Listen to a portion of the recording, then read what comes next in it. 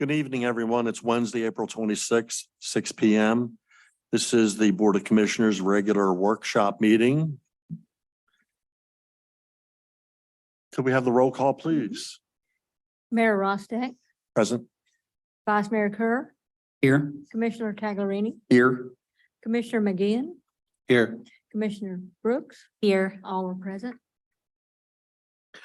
Okay, first item up is public comment. If anyone would like to come up and speak, we'd welcome you with open arms. If not, all right.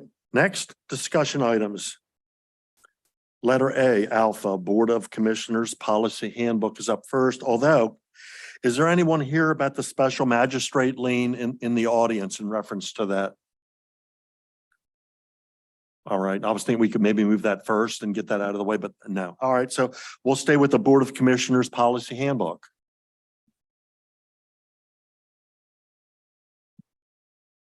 Open for suggestions? Well, if I'll go first because I have something important and this is a big ask. When I chose to run for commissioner, the pandemic had just finished, was just rolling up, and my line of work is in entertainment as a musician, and it was almost none, and I didn't consider that running. This is something I'd always wanted to do, is be involved in city government. So I said, this is my time. So I ran, I won, and shows have come back. I play for St. Pete Opera. I play for the Strass Center, Mahaffey, Ruth Eckerd Hall. I'm playing in Sarasota. The point I'm making is I have a lot of conflicts with Wednesdays. So my big ask is to possibly move our meetings to Mondays, either the first and fourth, second and fourth, anything that would work with our city staff, with you, with your scheduling, so that basically so I can continue to do my job as good as I possibly can without, the reason I say Monday is because there's never shows or rehearsals on Monday nights. I tried to do some of this last year, and I didn't have any success. And as you know, I missed both meetings in March. I was playing the show Wicked, the Broadway show at the Strass Center during the month of March.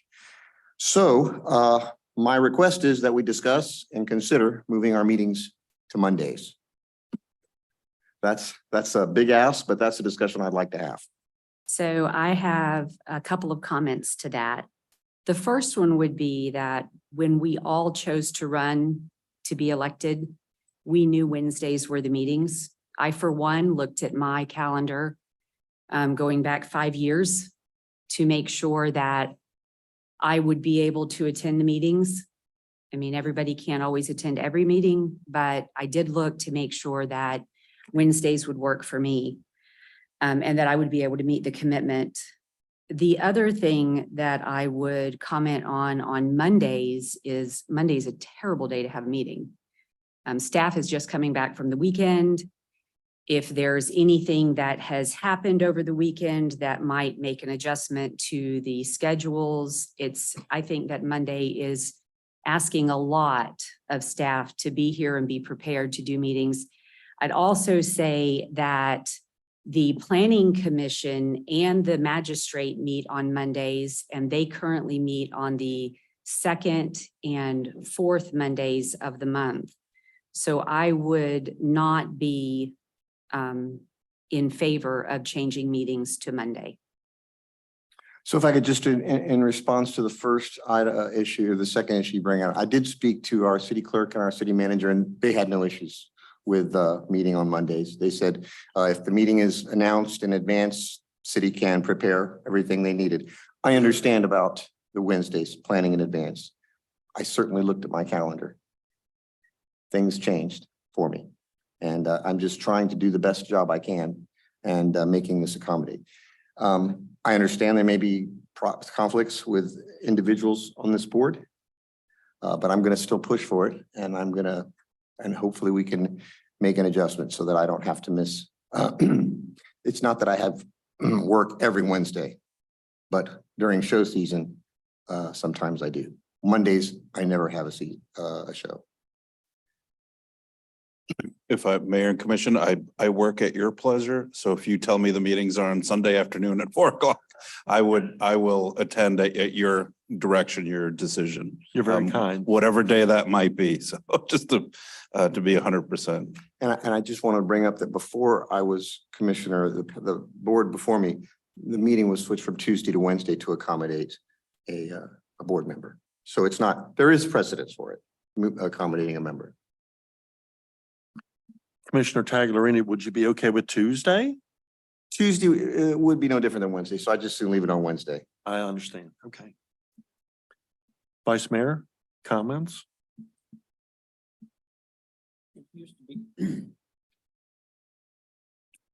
For me personally, it really wouldn't matter what day of the week. So I really don't have a dog in that fight on a personal basis. We want to make sure, we want to give every opportunity for every board member to be able to make it. If it becomes a burden on another board member because we're accommodating, because we have conflicting schedules and, accommodating one board member and that makes a burden on another board member, that's an issue. I don't know how it impacts, apparently you had a discussion with the city manager, it doesn't really impact the city all that much, if at all. So I'm sort of indifferent about it. See how it goes. Well, I'm pretty flexible myself. What if we kept it on Wednesdays, but changed the time? Would that also be something that people would be interested in? Say we met at 1 in the afternoon. Or how about a Zoom meeting if you can't make it that one day? So to address the first one, yes, making it earlier would make a difference. It would help. Most obligations don't start till, I would probably have to be like if I have a job in Tampa, I have to be there by 7. Right. So I could do it earlier. That sounds something that we might want to think about. Clara, do you have any personal history with the meetings, attendance wise? If we did it earlier in the day, do you think, or do you have any good knowledge that more people would attend? Well, actually, when we used to have the workshop meetings at 2, a lot more people came. I don't know why, but they did. And I guess it gave them more opportunity to make comment. I've been noticing that the planning commission, they schedule their meeting the first Monday of the month. They have theirs on the first Monday. Their regular meeting, looking at the calendar that they've been scheduling. But I know that the only time to have for regular meetings at 6 o'clock, if we have budget, we have to have those after 5. Yeah, after 5, but workshops and regular meetings could be held earlier. It's at your discretion.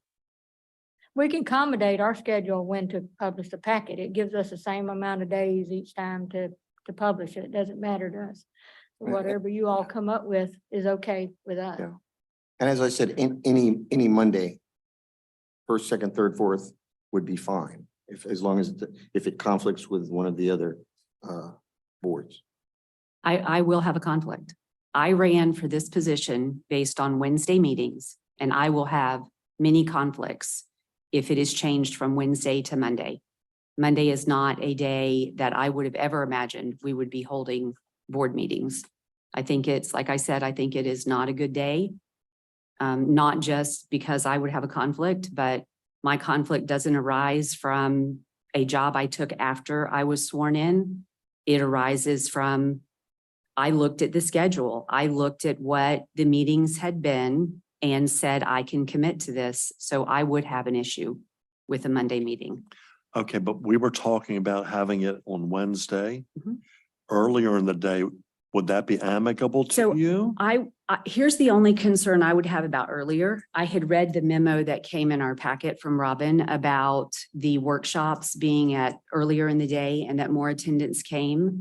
I'm not opposed to earlier in the day. I would say that when you're having the meetings, What I understand from people in my district is if you have the meetings too early, you're having a meeting that you intend to have no one at. The workers can't be there. So I can't account for when the meetings were Workshops, yeah. sooner, the workshops that people would come. That would be my only concern, is not wanting to upset the residents who do watch it at home. There are a lot of people who do not come here, but they watch at home. They get off of work, they go home and they watch the meeting. That's my only concern, but I'm not opposed to workshop meetings being earlier in the day. And Tuesdays aren't any better. No, might as well just leave it on Wednesdays.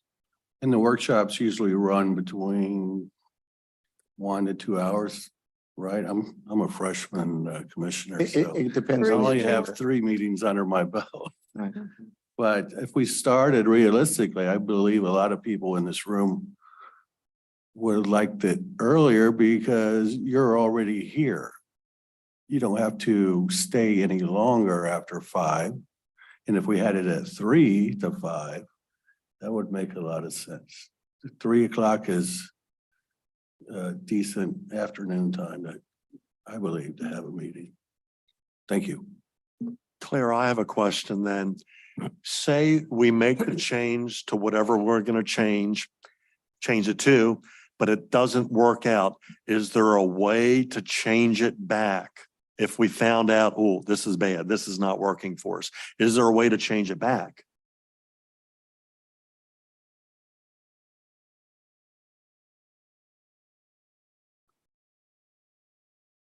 Oh.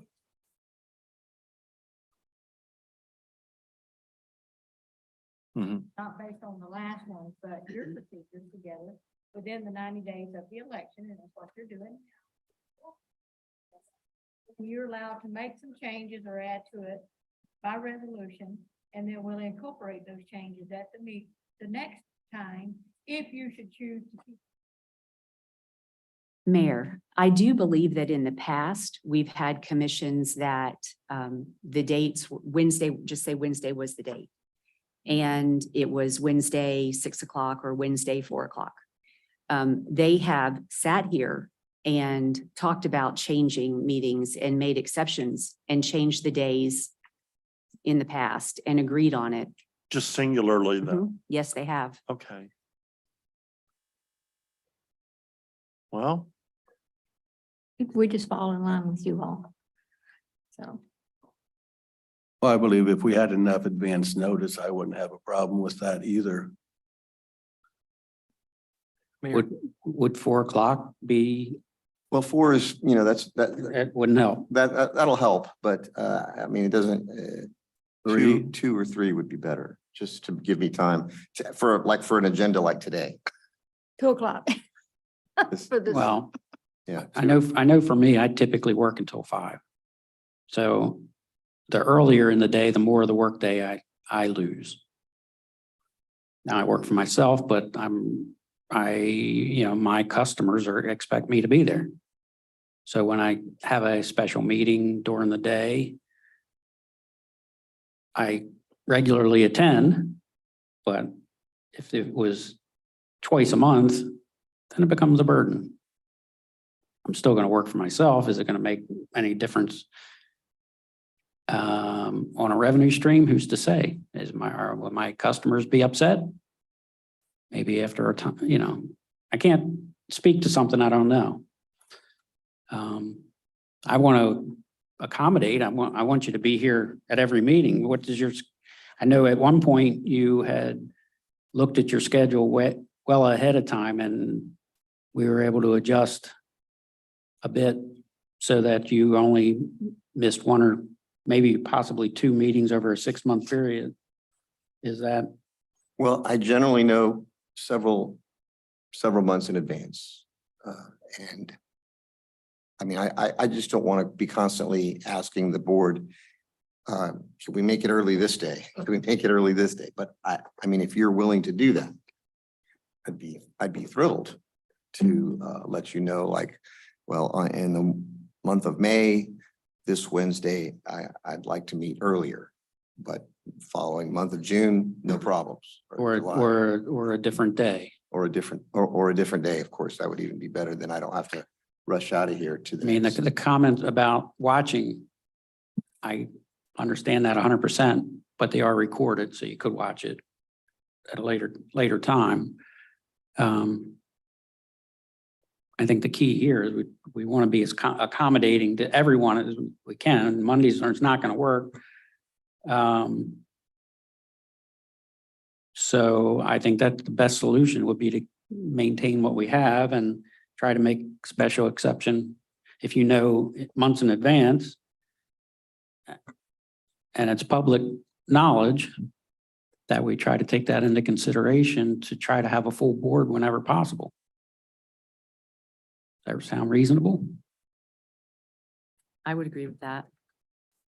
What kind of notice would I need to give? How much notice? Just because I'm looking at May already with a conflict. What kind of notice will we need to change the time? 60 days. Well, it's already too late for May. Right, right.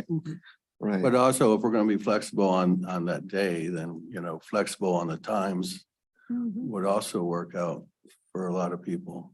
And a lot of Madeira residents, Right, right. they don't want to come out at 6 or at 5:30, especially in the winter time when it, gets darker later. With regard to residents from my district, I've talked to them about this through my newsletter, and it's kind of evenly split. There are those who say, I have to work, I can't come if it's earlier, but there's at least half that say, that would be better for me if it was earlier. So that's just an anecdotal interviews and responses, not hard data. Just talking to people through my newsletter. About half the people would be fine, no matter when it was. It's not like we have a huge turnout here. I wish we did. But you typically would know your schedule. I mean, maybe an exception 60 days out. Yes, yes. I think personally, we take that into consideration. So are you suggesting that I give notice and we change the day, or I give notice and we change the time? I would suggest changing the day. Either or. I would say that it would be dependent on the circumstances of everyone. So if you're coming in and you're saying, I can't be here this day, and we're going to accommodate you not being able to be here, then it's, well, what are the four of us doing? Would it be better to go on a Tuesday or on a Monday? Or would it be better to change the time on Wednesday so that it could accommodate everybody? And I'd also say that it's probably not always going to accommodate everybody. But that kind of flexibility would be wonderful, in my opinion. I'd love that. I could provide through Mr. Gomez my schedule for as far as advance that I have it, and you would have a chance to compare it to your schedules, and we would know in advance. I guess the only negative about that, people know that the Board of Commissioners meetings are second, fourth Wednesday. So we would have to make sure that we announce the changes and hopefully get it out there in enough time so that they would. Well, that goes to the 60-day notice, Right. and it is on the website. So typically people are not interested in attending until they see the agenda item is actually for that meeting. Right, right. In this case, the only change to our handbook would be our meetings would be the second and fourth Wednesday workshop, and then meeting second, fourth Wednesday of every month, unless otherwise announced.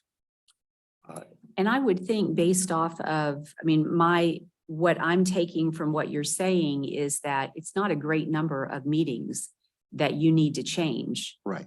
So if you're talking 2 meetings you missed. Yeah, that was a bad month. So 'Cause it was a long what I'm run. saying is you're not talking, we're going to change a meeting every other every other Probably not. meeting, right? Probably not. So it's an exception That's to right. the rule to change a meeting. And I think Right. that's a reasonable team effort. Agreed. Thank you. Yeah, Concur. I agree. Yeah. And you can also add to your workshop meeting, you can add to your language that at times would be flexible or, change. Well, is it necessary or not, I guess? To amend the handbook or not? I mean, it's gonna maintain the same schedule unless. Unless otherwise advertised. Unless. Well, and that's what it says in here. It says, or is otherwise determined by the city manager. And the only other thing I was gonna add in there was add an and or board of commissioners, but really the point of contact really should be the city manager in regards to this. Yeah, but you want to bring it up at a meeting so that we can all, as approved by the board. I think maybe that's a better way to have it. Unless otherwise changed and approved by the board in advance. You can set your schedule at any time, make a review each month like you do. Yeah, your well, that's what I'm agenda. saying. If you don't have to modify it, don't modify it. Right, Let's not create a problem. right. Okay, so we're gonna stay on Wednesday with a potential modified schedule with advance notice. Without changing a whole lot of anything. Okay, great. Thank All you. right. Item number 7, that's one of potential changes I would like to make. And basically it starts out from another paragraph and it says, and any in an audible tone for the record and shall limit their address to 3 minutes, strike 3 minutes and add the following. 6 minutes to present information, summarize, ask questions and receive answers from commission members / city manager. If the issues brought forward require additional investigation, the citizen shall provide contact information to the city clerk. The city manager has 6 days to respond back and carbon copy each commissioner, vice mayor, and mayor. That's one potential change. And that'll repeat in several different areas in here. However, this one, and the city attorney brought this up. This happens before. This is before end of the agenda items. It's open discussion. And then per the city attorney, and I agree with this, this has got to be limited to a total of no more than 30 minutes because we'll be here all night long. So depending on how many people want to talk, each one will have 6 minutes, but we'll have to cut that off at the 30-minute mark. And then after that is added, this time frame may be extended by the mayor. It used to say unless extended by the mayor, but it didn't sound grammatically correct to me. And then under number 10, again, strikeout citizen input shall be limited to 3 minutes and the same paragraph applies. Each person commenting shall be allowed the 6 minutes, be able to present information, summarize. It says the same thing there. And then again in item 12, which is directly under contracts and agreements, the person will be able to respond that way again. Under new business, again, the 3 minutes is stricken and the same paragraph is inserted. I'm sorry, Mayor, could you read that paragraph that you want to insert again? I only have, Is there a page number? It's page 30. we had trouble getting this to 24. print out and stay formatted correctly is why we only have one copy. Oh, okay. Yeah, Because I I don't apologize. have this. It would not format, it would not let me bring the bottom page up to marry with the page above. It's the public comment on page 23 in the packet. Correct. Oh, All we're changing, all I would like to change, and this is with citizen input, they don't want just 3 minutes and nobody can respond back to them. They would like a reasonable amount of time, although we cannot let it get out of control where we have 100 people here, where we'll be here till the next morning. So obviously there'll have to be some limitations there, but Just want to extend it to a possible 6 minutes if needed with a two-way line of communication. So I have a little bit of concern. 6 minutes is a really long time. And I think that the idea of someone coming up and speaking, especially when they're coming in the beginning and they're talking about something that isn't on the agenda, if it's not on the agenda, I don't know that it's okay for us to discuss it. Can we discuss that, Mr. Trask? So the answer is yes. Okay, The public comment section of your agenda, though, pursuant to state statute, is just to receive public comment. Right. It's usually not used for discussion back and forth. It's to receive as much comment as possible, and then you can address it after the meeting, or in this case, the mayor wants to address it at the meeting. But it's usually just to receive comment. And you know, there's a lot of case law that says anywhere between 3 and 5 minutes, that's absolutely appropriate to limit the number of minutes. The mayor is wanting to expand it a little bit, but the 3 to 5 minutes is usually the standard. Yeah. so About 5. I've given a lot of thought about it because you campaigned on this and you've talked about it and people have come and stood here and we have not had them up until today, it could change, adhere to the 3-minute rule. And so, and it is at the mayor's discretion. It's some of the areas in the current handbook to allow them to extend talking. And I don't think that anyone up here wants to stop a resident from speaking. However, I believe that when they come up, 5 minutes, I can sign on for that. But to expect any or any commissioner or the city manager or our attorney or finance or one of our staff to be able to respond to something that's thrown out, that's not a part of the agenda, I don't know that I feel that's fair. I think that when the residents come and speak, they're raising issues that are important to them. I have said before, and I really feel like it would be wonderful if the residents would reach out to their district commissioner or the mayor or all of us with concerns prior to a meeting and step up and say along these, you know, I have reached out to you. I brought this up. I'd like to see this become an agenda item for the city. Along those lines, you can coach people along, but I think 5 minutes would be reasonable. I think expecting us to have answers to a resident's question when we're uninformed or ill-informed is not something that I think we should be putting in writing that we must respond to. And I do think that our city manager does a fantastic job of responding to resident complaints. We see those responses and he already, if someone asks, he does a great job of giving a response. So I don't know that I would be on board for that required response. I get that. Sorry, Mr. Mayor.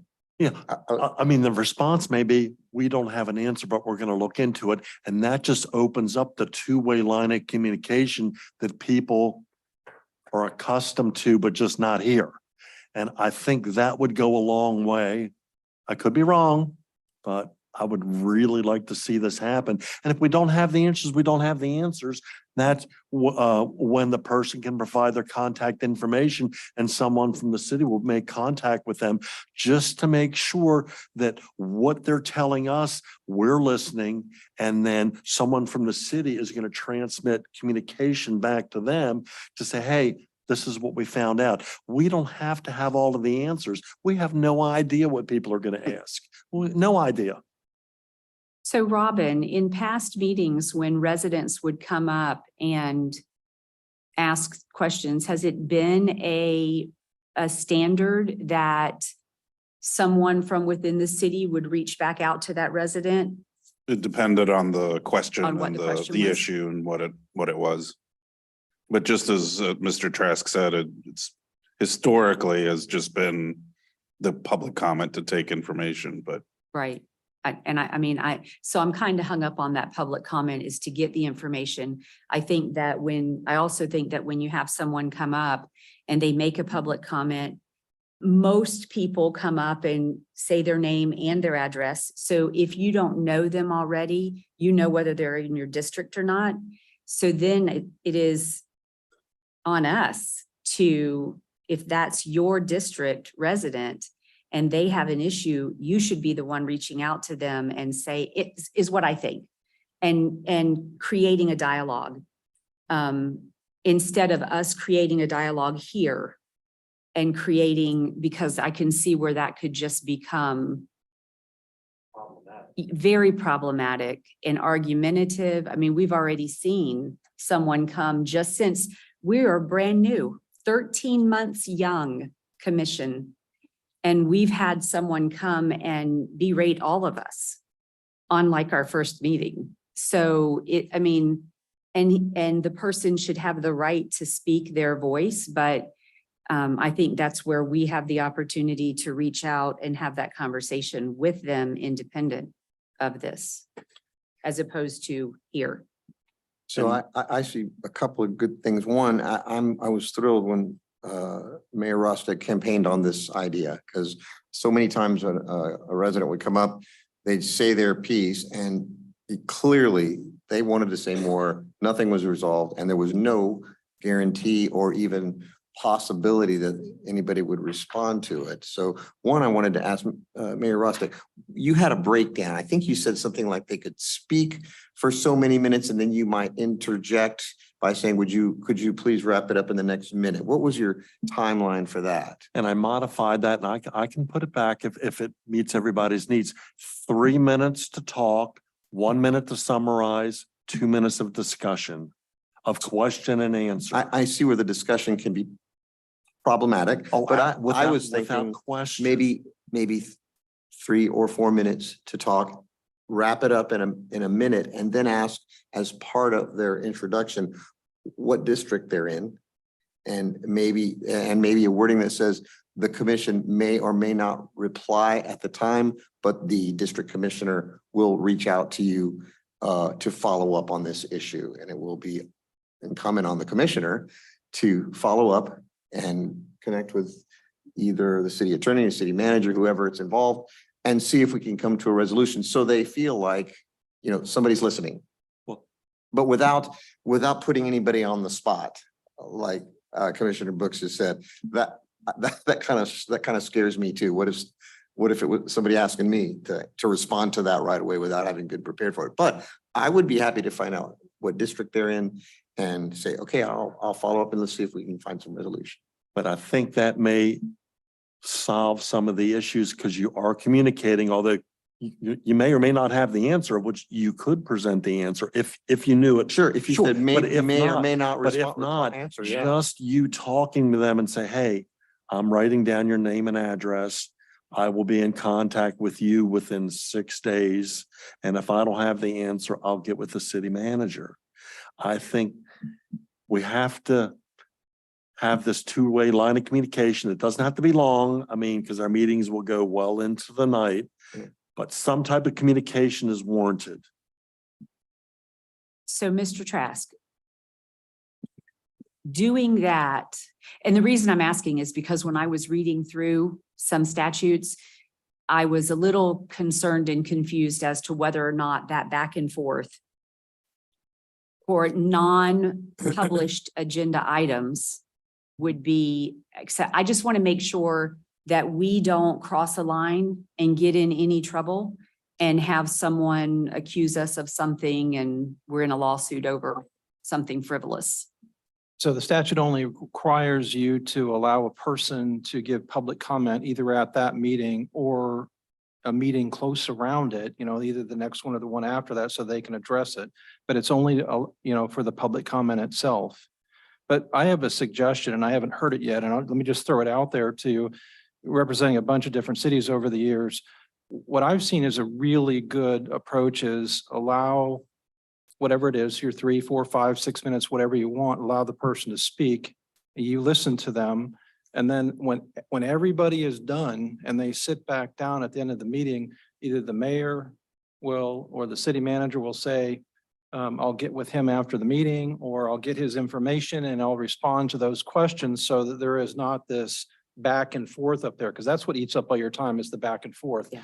But I will tell you that the mayor in Tarpon Springs, Mayor Alahousas, that's the way he would do it, is he let all the comments come in, and at the end of all the comments, he would say to the city manager, Mr. City Manager, can you get the phone number of so-and-so who was up here a minute and answer that particular question? And, or the mayor would just respond, you know, we're going to take care of that, or I'll get the answer for you or whatever. But it was usually the mayor responding after everyone sat down. So there was no comment back and forth. So everybody got their full 3 minutes or 5 minutes or whatever it is that you want to give.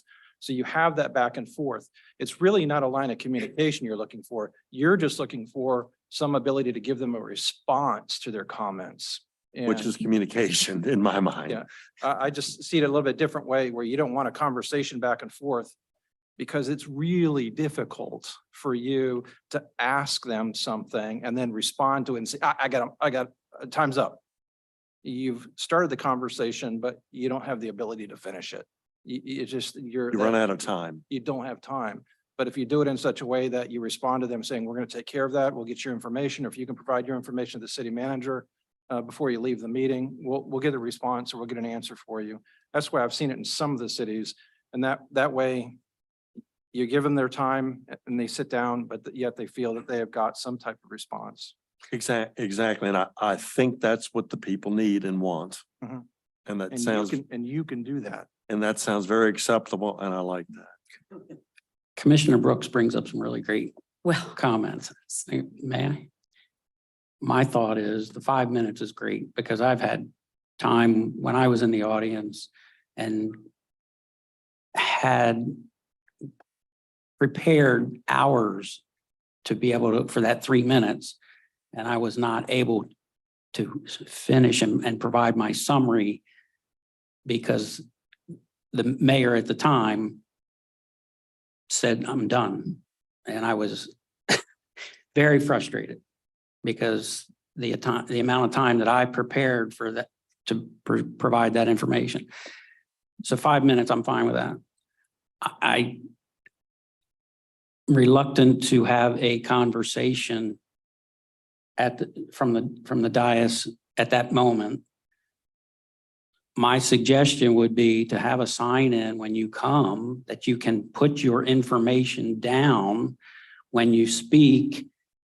It becomes part of the minutes.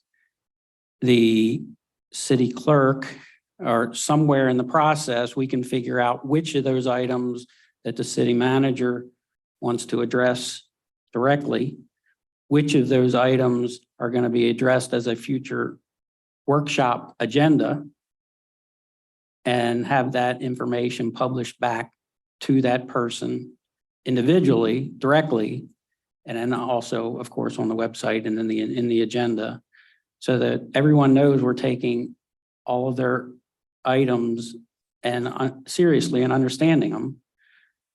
But it's a back and forth is not good. so we have comment cards that residents can fill out for items that they want to have discussed, that would gives them the opportunity to put their name, address, phone number if they want contact.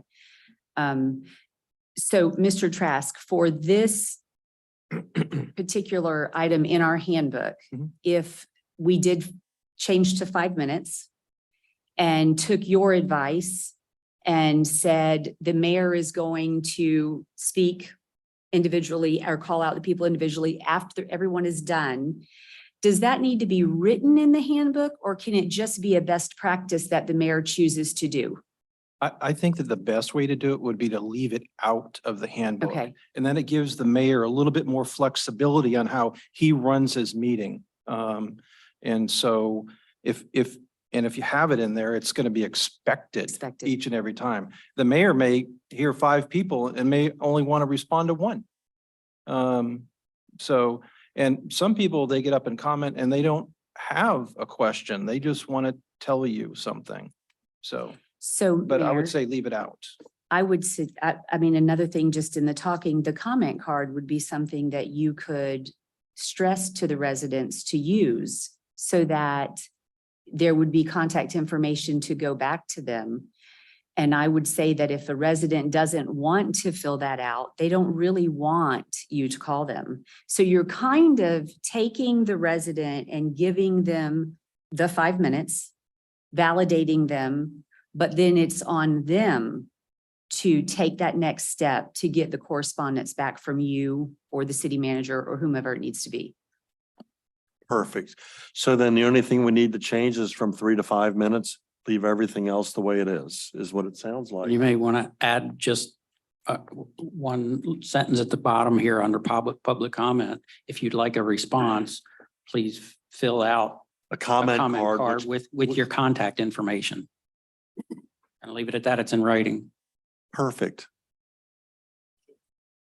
It mentions the comment cards in here. Yeah, it does mention them. It's on page, well, his is 17, but It's 17 of 20. It's So right underneath everybody's in public- agreement with this, and we'll go to 5 minutes. We'll leave it open-ended. I agree. Comment cards, contact information, streamline the Can I ask where it process. says, I'm looking at an actual agenda. And I'm looking to where does it say, there's a comment card? no, it's in the handbook. handbook. In the handbook, Right, page but- We 24. could add it to. Which the- I'm suggesting Let's do that our that. residents will not see? Right. Well, that is why I was suggesting that the mayor could, I mean, he runs the meeting. Sure, but on So the, he on the could- agenda, it says, please Walk limit your around before comments the to meeting 3 and say, minutes. comment. On there. I can add the comment card information on there, on the Right. agenda. Yeah, at the end of that paragraph, just if you would like a response, someone will leave your contact information. And I do just want, as a matter of process, I do like your idea. Could, at some point before 5 minutes is up, encourage them to review or wrap it up, Summarize. summarize. That's the word you Summarize. use, yeah. So then can we make sure that we have the comment cards at the table back there along with the agenda? And that way, before the meeting, we can stress, hey, anybody that wants to come up here and chat this evening, please fill that out with your contact information, and someone, we promise, will make contact with you. Correct. Okay, I support that. thank you, please. Are we gonna have public comment at this point or? Yes, well, yes. Well, Is there any public comment on this? Jerry Cantrell, 13322 First Street East, right here in good old Madeira Beach. The comment card, you got great ideas, by the way. I just want to throw that out there. You got great ideas. The comment card, they should be up here. Don't make people look for them. If they're standing up here and they want to make a comment, they need to be on the podium. The other thing, I think that Mayor Rostock, it is his meeting. He needs to run it. But it should have the district person's name on it. Should have something on there to where that person knows who they can follow up with. So that whether it's written here and it says that these are your districts, whatever it is, these people hopefully know what district they're in. But they need to communicate with the district person, not just with the mayor. Does that make sense? That's the only thing I could recommend, because they need to talk to somebody that represents them within the community. Even though you do, there's more specific people. There are. So, all right, that's all. Well, thank you.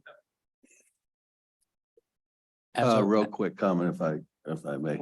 I think the comment cards are a great idea, you know. I'm a very approachable commissioner in District 3. So I've already had a few people in my district knock on my door at 7 or 8 o'clock at night with some comments. So it would be great just to give them a comment card, you know, when you're in the middle of something. But that's a great way to address the issue. Thank you. As a member of the board, you do not have any administration rights. So depending on what the comment may be, the city manager may be the correct person to respond, not the commissioner. So- Absolutely. And So that's why I was saying, get your information. If you want a response, leave that with the city and we'll determine, or the city manager will determine whether it's an agenda item for us to discuss or if it's something that needs to go to someone like our public works director, or he will route it the proper way and go from there. Yeah, I agree that the city manager should be the clearinghouse of this, that the card should go to him. And then, because it may need to go to Public Works or somewhere else within the city who can appropriately handle the problem, but that's not something that the commissioners can do. So the city manager needs to be our clearinghouse on this, and not a problem. Perfectly good, not a problem. It's never a problem. It's always an opportunity. So we can change that on 17 where it says that the city clerk shall keep the cards. So unless he gives them to me for public record after he's done. And I'll clean up the document and have the final edit with the 5 minutes and remove all of the extra language. Oh my God. Mayor, I can do that. I'll make the changes from 3 to 5 minutes. Oh, okay. Well, Yeah, thank that's- you. Yeah, that's my job. Oh, This, thank you kindly. It was So, very you're- painful. at your May 10th meeting, then whatever changes, and if you still have more changes, obviously you can proceed. And we will bring it back as a resolution for you to adopt for the whole manual handbook. Thank you. So the comment cards. If you read the comment card section that is in our current handbook, the way that this is written, and this is how I have used a comment card in the past. There was a time when you would come in, you would fill your comment card out, you would hand it to the city clerk. The city clerk would call you up. That is what this says. That is not what we do or have done in recent times. So this should probably be revised because that's not going to be What page are you on? this page 17. And it is the comment card is the bold type. Well, yeah, page 17 of 20 in the document. Yes. But the agenda packet, page 24. The bigger number on the lower right of your packet. And it says it's not mandatory you do the card, but that probably needs to be rewritten unless we want people to write a card and hand it up here, which I don't think is necessarily what we're after.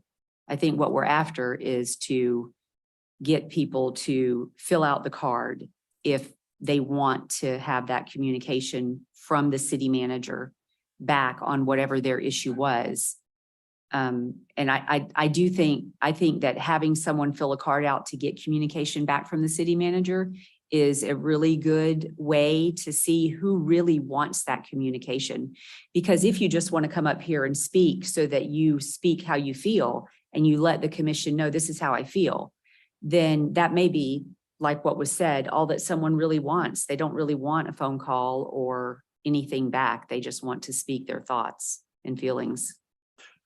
All right, so then just change the language from the city clerk to the city manager to start with.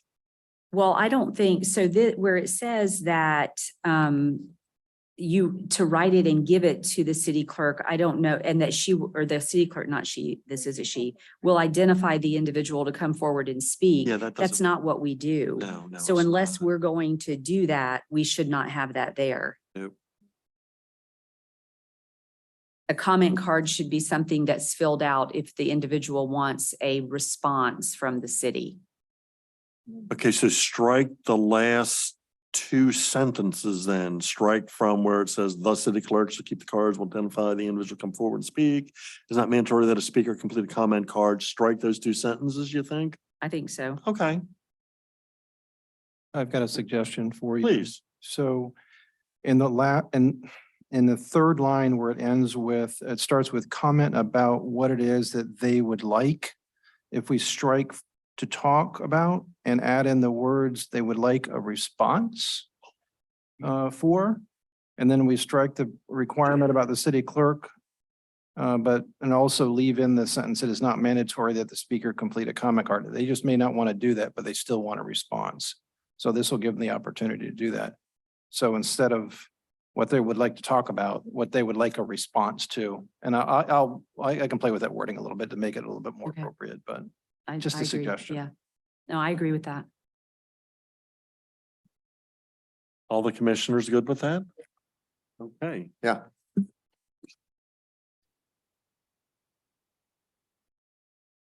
Okay, we're up to letter B and we have to go to Q, I believe. So a B, a special magistrate lien at 14033 East Parsley Drive, Madeira Beach, case number 2021.1296. I can handle that, Mayor. Thank you kindly. Okay. So this property at 14033 East Parsley Drive is owned by Brian Murray. Brian Murray is my understanding is he's a veteran. I'm not sure what branch of the service that he was in. The home that he was in fell into a state of disrepair to the point where he had to actually be removed from the home. And he was living in his truck or his car on the property until he was given a place to live. I think he lives in Seminole now. But the house was in such a state of disrepair that he was cited and he went before the special magistrate for code enforcement and found to be in violation of general maintenance, which is section 1470 of your code. The special magistrate ordered a fine to be paid the amount of $250 a day for every day that the property remained in non-compliance. The property did eventually come into compliance. The home was demolished. That happened on May 5th. Of this year. As a direct result of that time period between the date of compliance and the actual compliance, there was a fine of $25,500 that was assessed. There's also recording cost and some interest. The total, when I did this memo for March 31st, was $25,641.77.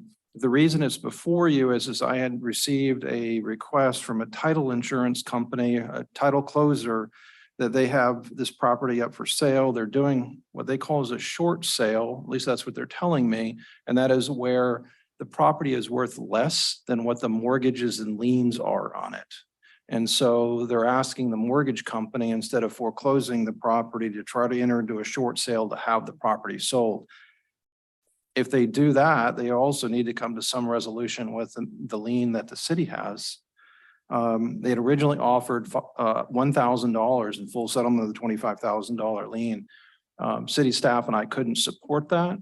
And we told the title company that we could support and bring forward to you an offer of $5,000. And they wanted to move forward with that. So it's here before you tonight to ask for your authorization, which will of course happen at a regular commission meeting, the next one. This is just for discussion purposes, that offer of settlement. But we think $25,000 lien is a little high. We don't have control over that. Property owner has control over it by getting compliance, and it wasn't timely, but we could support $5,000 and I'll bring it to you for the discussion and then ultimately approval at the next meeting. So I'd be happy to answer any questions for you. In the backup, you will see the actual order entered by the special magistrate and a long email string that started out from the very beginning of, hey, what is this all about? How can we get this resolved, all the way to the $5,000 settlement offer. Also in the packet is a calculation that my office prepared showing how the fine was calculated, the interest and the recording costs. And I think that, yeah, that's all that's in the packet. I did have a photograph of the property being demolished. It just shows the lot. It's scraped clean. That's not in the packet. But the property is in compliance. Mr. Trask, would accepting this settlement of $5,000 to the $25,000 be in line with what we have done in the past when we've been requested to accept less than the fine? Or do you know? So all I can tell you is that each case has been usually considered on its own based upon the facts and circumstances of each case. Those cases where an individual has the money to bring it into compliance or has the ability to bring it into compliance and they just don't. We treat that a little bit differently. This individual didn't have the financial wherewithal to do that. It's my understanding. And so And the home was actually demolished. He couldn't live there anymore, and it was so bad that it couldn't be fixed. But there is no normal when it comes to settling these cases. It's kind of like when you know obscenity when you see it. You just try to come to a resolution that you think is appropriate. And the city manager and I talked about city staff and we could support the 5,000. We think that that's appropriate. I would support the 5,000. I read through all the documentation, asked a few questions of Robin, so I would support this. So we went through a few of these in the last year. And it's just as Mr. Trask says, it's case by case. In some cases, we said, yeah, there's no way this is gonna come up to fruition. In some cases, we did say, yeah, you're gonna pay the whole amount. So, but does Mr. Murray still own the property? Is it his? Yes, it has not been, well, I haven't checked wasn't it in the last foreclosed? 4 Sorry. weeks, but back in March, it had not been sold yet. And the title agent was saying that she was still working on trying to get the mortgage company to agree to a short sale. Right. So I have not checked it in the last 4 weeks. I would also agree. 5,000. I just, I read through this today. I didn't meet with Mr. Gomez, but I read through this today and my inclination was just to go forward with it, accept the 5,000. Yeah, no, I would definitely support the 5,000. It sounds like the gentleman's down on his luck. And I think it's very reasonable. I'm in agreement also. Okay, so we'll put it on the agenda for the next commission meeting and ask basically for you to approve it at that point. Okay. At least at this point, I know if you were not going to, then I would be going back to the property owner, title agent, and advise them of that.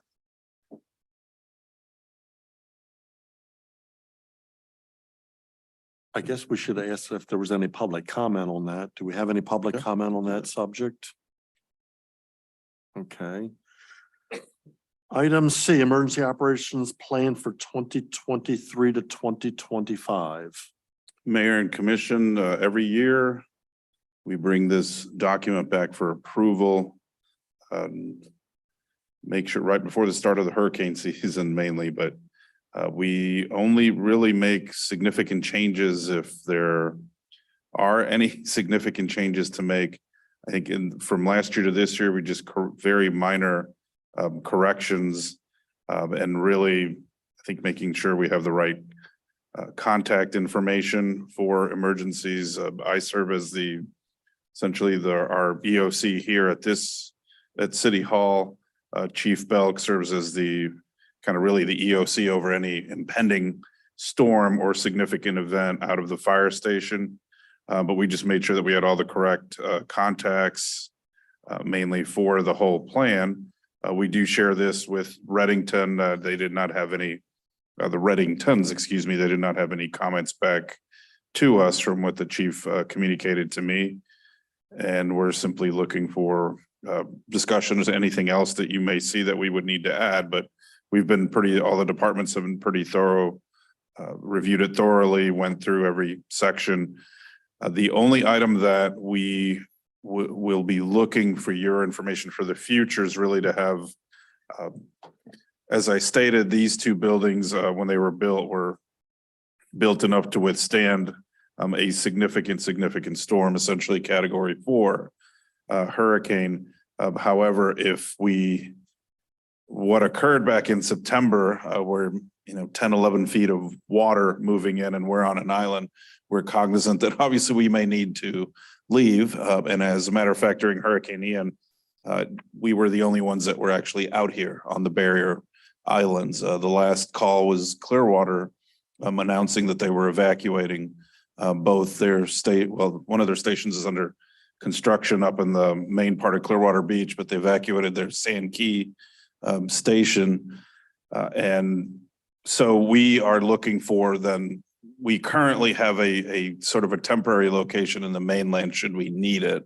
But we're looking for a kind of a more permanent, and the interim would be kind of moving in with Seminole, with the city of Seminole temporarily if we needed to evacuate here completely. Again, mainly due to a significant flooding where the Gulf were to rise up and start to flood these structures here. I believe right here, we're about 14 feet above sea level. So it would be a sizable wall of water to force us out of this facility. The fire department, I think, sits at about 11 feet. So that's the only item that we're looking into the future to have a little bit more permanency. That doesn't mean that we're gonna purchase the structure, but look for something in case we needed to. And of course, in the end, we can definitely end up where some of the other cities ended up, which was at the sheriff's facility up on Elmerton Road. But other than really no significant changes to the document. Question, where you would evacuate to in Seminole, what's their height above sea level? That's a good, I don't know if you, I mean, it's higher than here, obviously, and you're not on an island. Yeah, just. But I think it's possibly as much as 15 feet above. They're not in an evacuation Yeah, zone it's not an whatsoever. evacuation area, so Okay, I would say at minimum, it's 20 maybe feet 20 above. is. Yeah. It's just the fact that we're on an island, I think is really the 89 feet above sea level. 89. It's much higher than here. And again, they're in a peninsula, but not on an island, like as essentially we are. So again, just requesting if there's any other comments, otherwise we would bring it back at the May 10th meeting to approve the resolution that is in the packet. You don't need to read the resolution, right? No. any comment from the commissioners? I read this over. It looks just like the one we approved last year, and I'm in favor of just going as staff recommends. Any public comment? Okay, next item up is letter D, Delta Ordinance 2023-08 Purchasing Ordinance. I had some potential edits to that to provide additional transparency. And then on page 1, it was creating section 2194 to provide for contracts and engagements for personal and professional services of attorneys at law, financial consultants, experts, and other personal professional services without competitive bidding, repealing ordinance 2021-03 and providing for an effective date hereof. And I'm asking that we strike that things of this nature need to go out on an RFP, need to go out on a bid. So that's item number 1 there.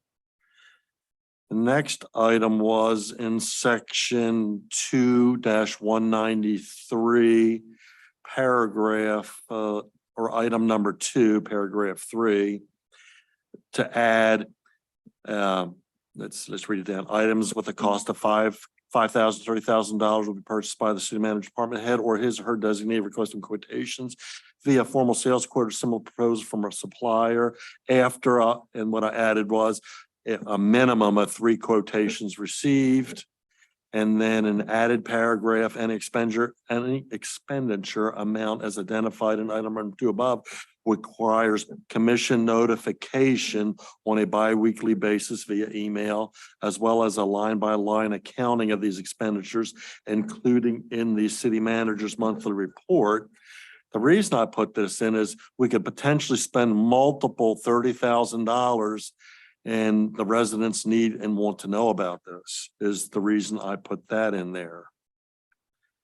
And then on page 8, I'm asking to strike letter C, personal professional services contracts as provided for in section 2-194, delete. And obviously then delete that whole section, that personal professional services, that has to go out on bid. We have to provide the additional transparency for the citizens, and that's what they want. So that's what I've got in there, and comment from the commissioners.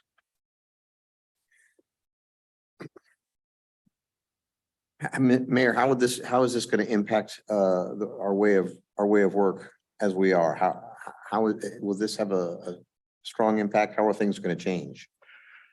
I don't think they're going to change all that much, other than RFPs for professional services, attorneys, engineers, instead of it just hiring whoever you want to a point, is going to have to go out on an RFP so we can get the best of the best at an affordable cost, because that's why we're here, to look out for what the citizens' needs and wants are, which is cost containment.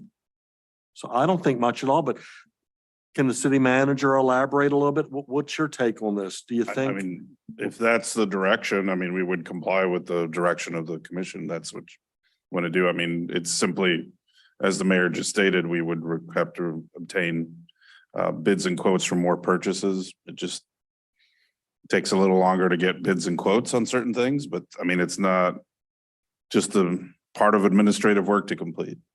Well, based on questions I had in the past several months from my update folks on my emails, I would love to be able to provide more transparency and to say, yes, we did an RFP for this. I know that it causes more work for the city. That's part of it. No worries. But I'd love to be, when they ask, hey, did we get the best possible deal on this? I said, yes. I can say, the more I can say yes to those questions, the better it is for me. So I'm going to be honest, this is a lot of words for me to digest, but I was looking at it for the last few days. And I think I understand it. And I believe that this is a good way to go. So my only question would be that, and I understand and I remember somewhat when, because this has changed, maybe not in this particular area, but has changed as to how much the city manager could spend without having to do an RFP, without having to, right? An RFP for $5,000 is, I mean, that's not chump change, but I believe from the presentations that we've received, when we get a presentation from one of the departments and they're purchasing something, they do their legwork. They come here and tell where they've gone, what they've done. To require them to go get 3 bids for $5,000. Oh, it doesn't say, no. No, it's After 30,000. Proposals. 30,000, right? Quotations. We have bids are over 30K. Over 30. Okay, Over I'm sorry. 30K. I'm sorry. No, that's okay. Because, okay, I thought you were saying to change it so that they would have to get the bids for 5. I'm sorry, you Okay, misunderstood. I did. I misunderstood That's that. okay.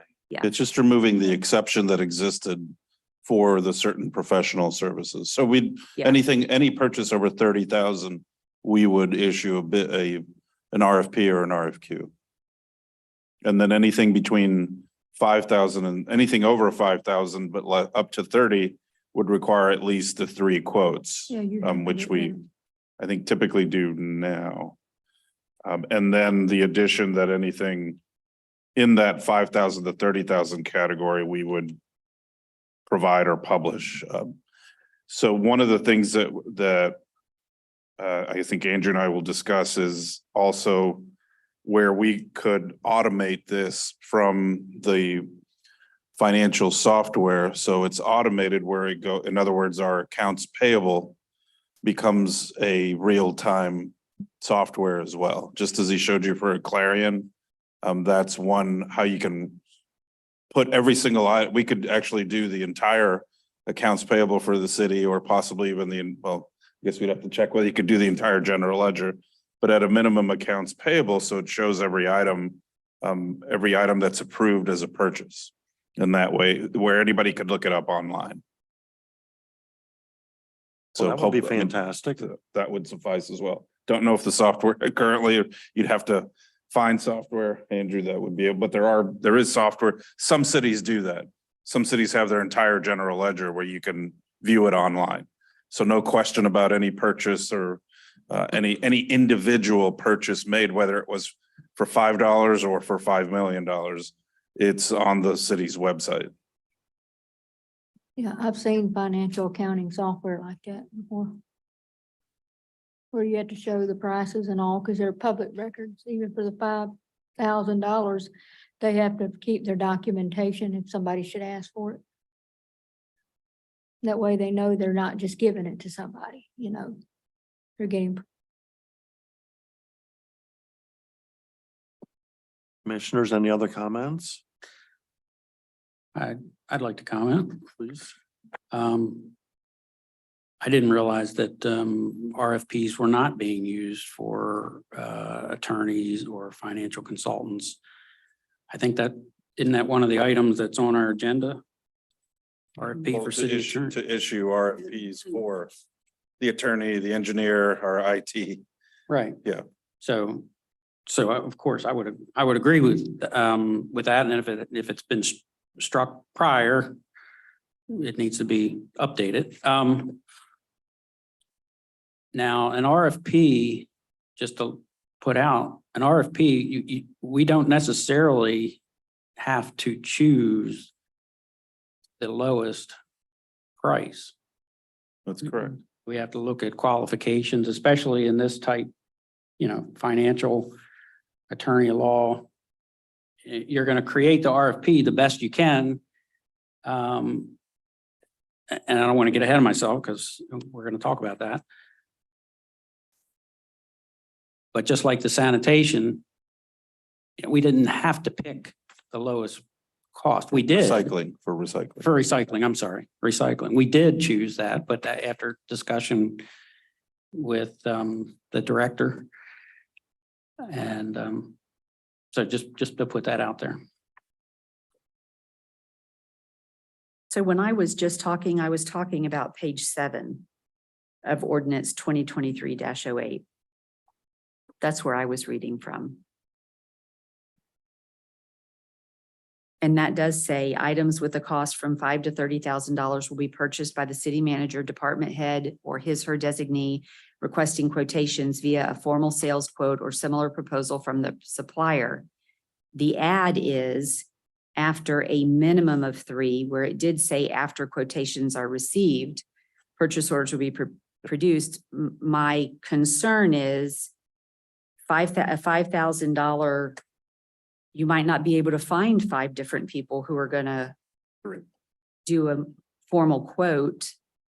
Well, I mean, By we try for all to give us 3, but sometimes we don't. But Right, but so we if will you make put- that effort.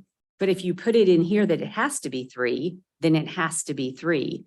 They already go out and get multiple bids. I mean, I've asked, every meeting I've had, I've asked about that, getting the bids and doing that. So they're already doing that. I think to put it in writing that they have to get 3, because maybe they're doing something that there's not 3 people that will come and provide a $5,000 bid because it's not worth their time.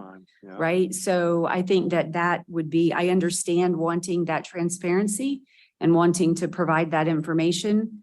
I would also say that if somebody's asking about something, it's a phone call away from a department head or from the city manager to get you the information to qualify how they did that, how they choose that vendor or that product.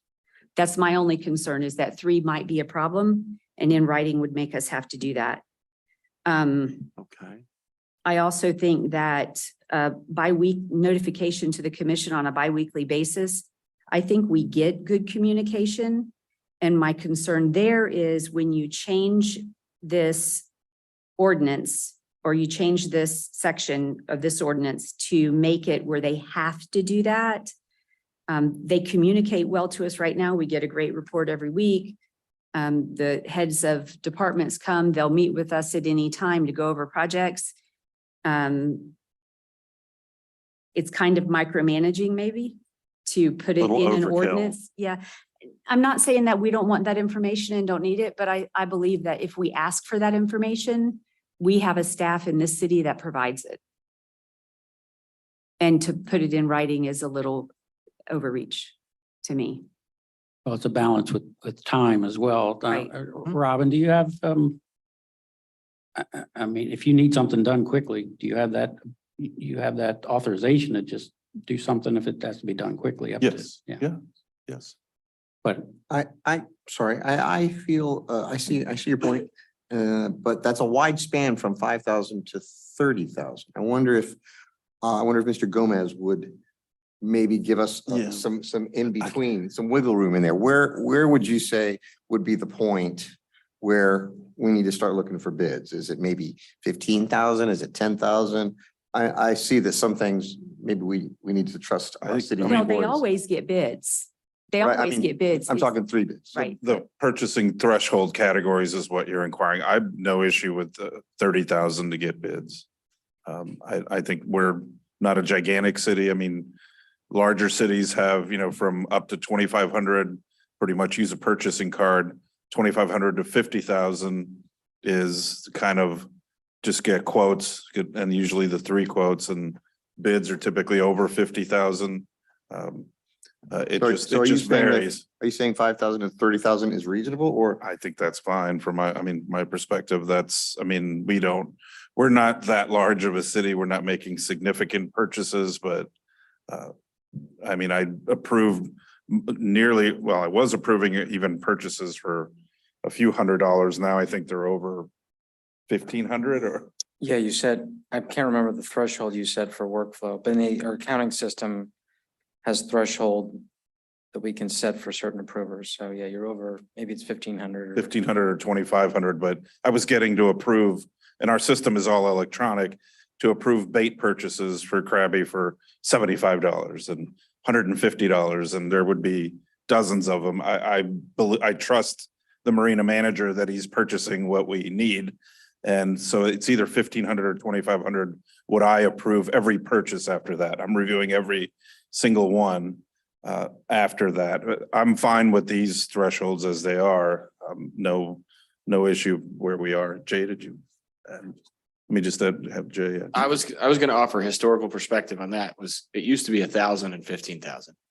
And the reason we went from 1,000 to 5,000 is because of that exact reason, the logjam of multiple bids and all. I mean, we're still researching every purchase, and then the 15,000 was fairly low, with inflation and everything else. It was fairly low for us to be putting out RFPs on a consistent basis based on the time frame. Because if there's a project for $15,001 that we can get done next week, we were now pushing those 3-4 months out with an RFP process. So that's where the 30,000 came in. That was a discussed number. And we do make sure that we are, obviously, this is not our money. It's not my money. It's not Andrew's money. It's not Jay's money. This is public dollars. That's how I treat it. And we'll always do that. And I did previous career, spent 16 years as an auditor, obviously reviewing purchases. And I do that now, even with the auditor background. So we are doing our due diligence to ensure we do get the best price, best quality, everything that you need in order to purchase a good or a service. These amounts, the thresholds are fine. We will do that. If you want us to get 3, mandate the 3 quotes, we can certainly do that. We're doing that as best as we can. Jake and Max in recreation contacted, I think it was 11 or so vendors to try to get the fountain. And I think we did get 3 sort of quotes, 2. We got 2 quotes from nearly 11 or 12 vendors, back to your point, Commissioner Brooks. But so if it wasn't that you had to get 3 quotes, I think we're fine. I'm fine either way, but you are limited by having the language in there. So to Commissioner Brooks' point, what happens if we need to spend $5,000 and you can't? Then we cannot, So we wouldn't be able what- to proceed with that purchase that's- until we got another quote. Can there be wording to say, best possible efforts to get 3 quotes and maybe approval with 2, with a board? I'm Make just- make I reasonable. see the point. Make I see the point reasonable you're effort. making. Reasonable. I think that I think that at some point you have to trust the staff. Yeah. And you can micromanage them in this ordinance, or you can trust the staff Policy. that's been hired to work for the city. And, it's like Jay came up and said, at one time it was 1,500 or 1,000. And the money got increased over time because they need to keep going. The city needs to run, things need to happen. And they do come in and they present to us and they tell us what they're buying, what's going on, the things. So Yeah, I'm- absolutely, we trust our city, but Right. absolutely, we are accountable to our residents' questions. So my question back to Mr. Gomez, what would over 5,000, what would be a comfortable threshold bottom for you to say, okay, I think I could get 3 bids for something at this I price? think of 30,000. So everything up to 30,000, We can get 3. would do everything we could to get 3 quotes. But if we put the wording in that says you have to get This 3 says and you you have can't to. I'm get trying 3, to- you Well, that's have- what I'm you s- I can't do mean, it. You can't do that. That's then my we- point. we That's wouldn't my be able- only point. Absolutely. They're doing We're their doing best to that. get the Yeah. 3.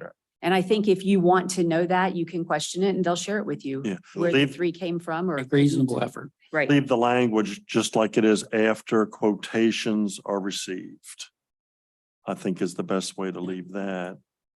Well, I like what Mr. Commissioner Kurgis said, a reasonable effort to obtain. Maybe 3 quotations are received, not mandatory. So then you have to define reasonable. I mean, I'm just saying, Yeah. I mean, I know I'm being devil's advocate, Yeah. but you have to, and then Sure. there's going to be another commission that comes in that may not feel like somebody did their job because they go back and look and say, well, you only got Right. 2 quotes and you never got 3, or you got 2 quotes, these, and okay, here you got, you're splitting hairs. I don't feel like I'm splitting hairs. I'm just trying to find a threshold that would be reasonable.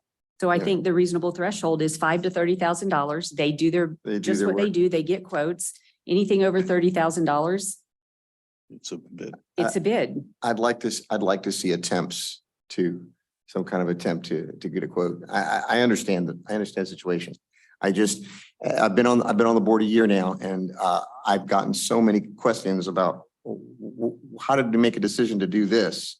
And it fell into the 30,000 and we didn't approve it. We didn't really have to. I'm not suggesting that money was spent frivolously by any means. If maybe raise the low end higher is what I'm saying to get 3 or maybe reword it to a reasonable or an attempt has been made. I know, define attempt. We couldn't get it with the fountain. Jay we couldn't get Right. enough bids, but we still made it work. Well, I mean, it's said, the way that it's worded now is that the department head or his designee requesting quotations via a formal sales quote or similar proposal from a supplier after the quotations are received. So it is holding them accountable to getting quotations. I just think that if you place a number of quotations based on the history, based on that dollar amount of $5,000 to $30,000, $30,000 is a lot of money. I'm not trying to suggest that it is not. But when you're going out for bids, often, especially in the market that we're in, where people have lots of work, they're not interested. So 2 bids may be all that you can get. Right, which was the case with the fountain. Right. So I would not want to put something in writing that would tie their hands and keep them from being able to move forward with things that need to be done. I understand what you're saying though, but I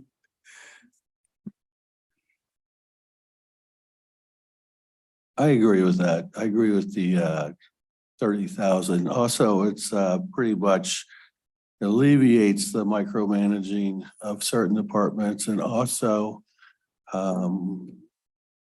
we have complete transparency where it's small city and I think that's realistic. But we have to keep it in the context of, we are a small city and $30,000 or $29,999 or whatever you want to call it. If you go out there and spend that 5, 6, 7 times now, you're well over $100,000 on multiple transactions. But I understand that, but I got to agree with Commissioner Brooks. This is worded pretty well. But what I'd like to see that these expenditures, especially the ones from the 5 to 30K, are included in the city manager's monthly report. That way, the people have their transparency if they're willing to read the report. It's there. Does that sound reasonable? If I could make a quick comment on that. Oh, please. The city does have a vendor portal, madeirabeachfl.gov/vendor-portal. So then from there you enter the vendor portal. This allows new vendors to register with the city online. They fill out information. They can attach their W-9. And the beauty of that is it's an automated process. So then that is automatically feeding into the city's accounting system so that no one has to key in that information or have them fill out a manual form. Likewise, the city has within the vendor portal where a vendor can submit their invoice online within that portal, automatically ingest in the accounting system, and that helps facilitate a more efficient process to get the workflow approval started and get them paid. In that same vein, we can also add reporting. So if whatever you all want to see, if you want to see just a payment, detailed payment listing where you can maybe filter by fiscal year, filter by vendor, and just see a list of the payments made to the vendors. What I can do is collaborate with your city manager, and we can kind of maybe discuss what we think might be the best additional level of transparency just to show those payments to all vendors that could be available to you and the general public. I think that might be the easiest approach. So you're suggesting that a resident could go to our website, just say See every purchase. every purchase that was made Yeah. up, you know. For a week, a day, a month. More than bi-weekly.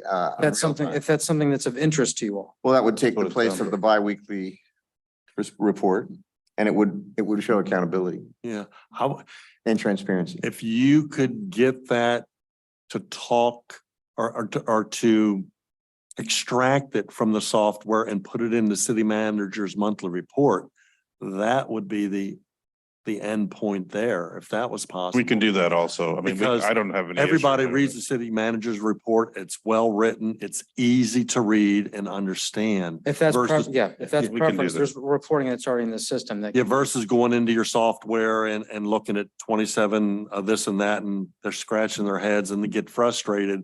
If it's in the city manager's monthly report, I think that would be perfect. So that, No problem. We can do that. so then that would that would get rid of all those changes on page 7 only though, right? Yep. With I could support that if that happens. If I could say, here's the link to go see what we spent. Or they could read the city manager's The report report either Well, way. and it's And there'll right be a there in link it. in there as well to get you. there. Right, but I also like to be able to send it to them. So yes. Oh, yeah. Can do Yeah, you will. either or Either- both. They will both work. Good. In that case, I That think this everybody is, follows. I like these changes then with that in place.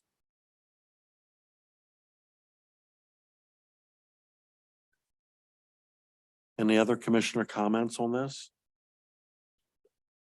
Public comment? Please. It's me again, Jerry Cantrell, 13322 First Street East. Good debate, guys. The one thing I didn't hear anybody say, and I've worked for governmental agencies before with being in the military, and there's always times that you can't find multiple sources. Big issue. It's a big issue. Even spending $100,000, there's times you can't find more than one group. The person that was going to be spending that money, it was their responsibility to write a sole source justification, which is literally just a letter. Hey, we sent this out. This is where we looked. So you've documented. That's all you got to do. Document that I've looked, I've tried to find these. This is the only quote we've got. And then boom, you've got your transparency. They're covered if there's another commissioner that ever comes in and says, hey, they didn't do their job. But it will also takes that place where if you can't get 3 quotes, because that is an issue, it's covered. And the city commissioner has complete control over it because he can see where the expenses are. He proves it at a certain point, and he can tell, well, this person's doing a whole lot of these sole source things. That doesn't make sense. So there's checks and balances there too.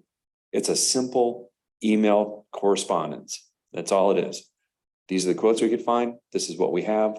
We only have 2 quotes. This is what we got to go with. It's that easy to fix it. Thank you. Yep.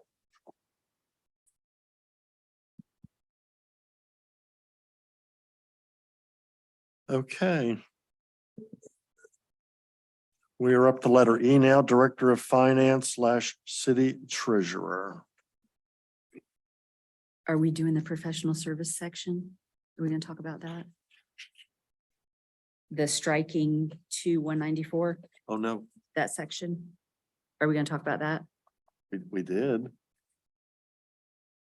You read it, we didn't discuss it. Oh, we were discussing the whole document. Okay. Okay, well, let's I didn't backtrack go, for a I minute. was, yeah, so clarification on section 194. Because we do go out to bid for different services. If we strike this entire section, in it, part of it is about the external auditors that are retained pursuant to Florida statutes. Would this make it, by striking this, does it affect like when we have to hire somebody, an attorney that we're having to hire independent of our contracted firm? If we anticipate spending more than 30,000, we would have to issue. Okay, A so bid. that is Yeah. all this is going to do. If we strike this, it just means anything over $30,000. We have to doesn't get a pertain issue a to- bid. Okay. Yep. RFP, Okay. RFQ. I just wanted to clarify that. Yep. Any other questions on this? Okay, let's move on then. Letter E, Director of Finance, City Treasurer.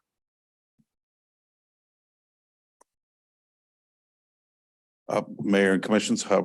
Well, I think you can brought it start up. on Go this ahead. because I wanted to place this on tonight's agenda. There's been a lot of discussion at the last workshop, well, ever since the vote. And I've met with the city manager on it.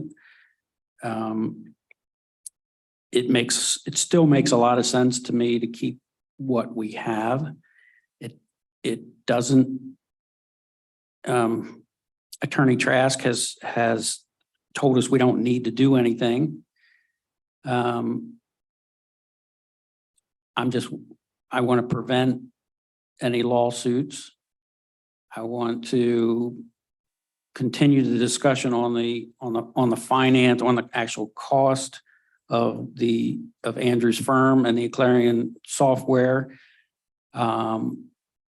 To make sure, where there's been comments out there that we have $142,000 run rate.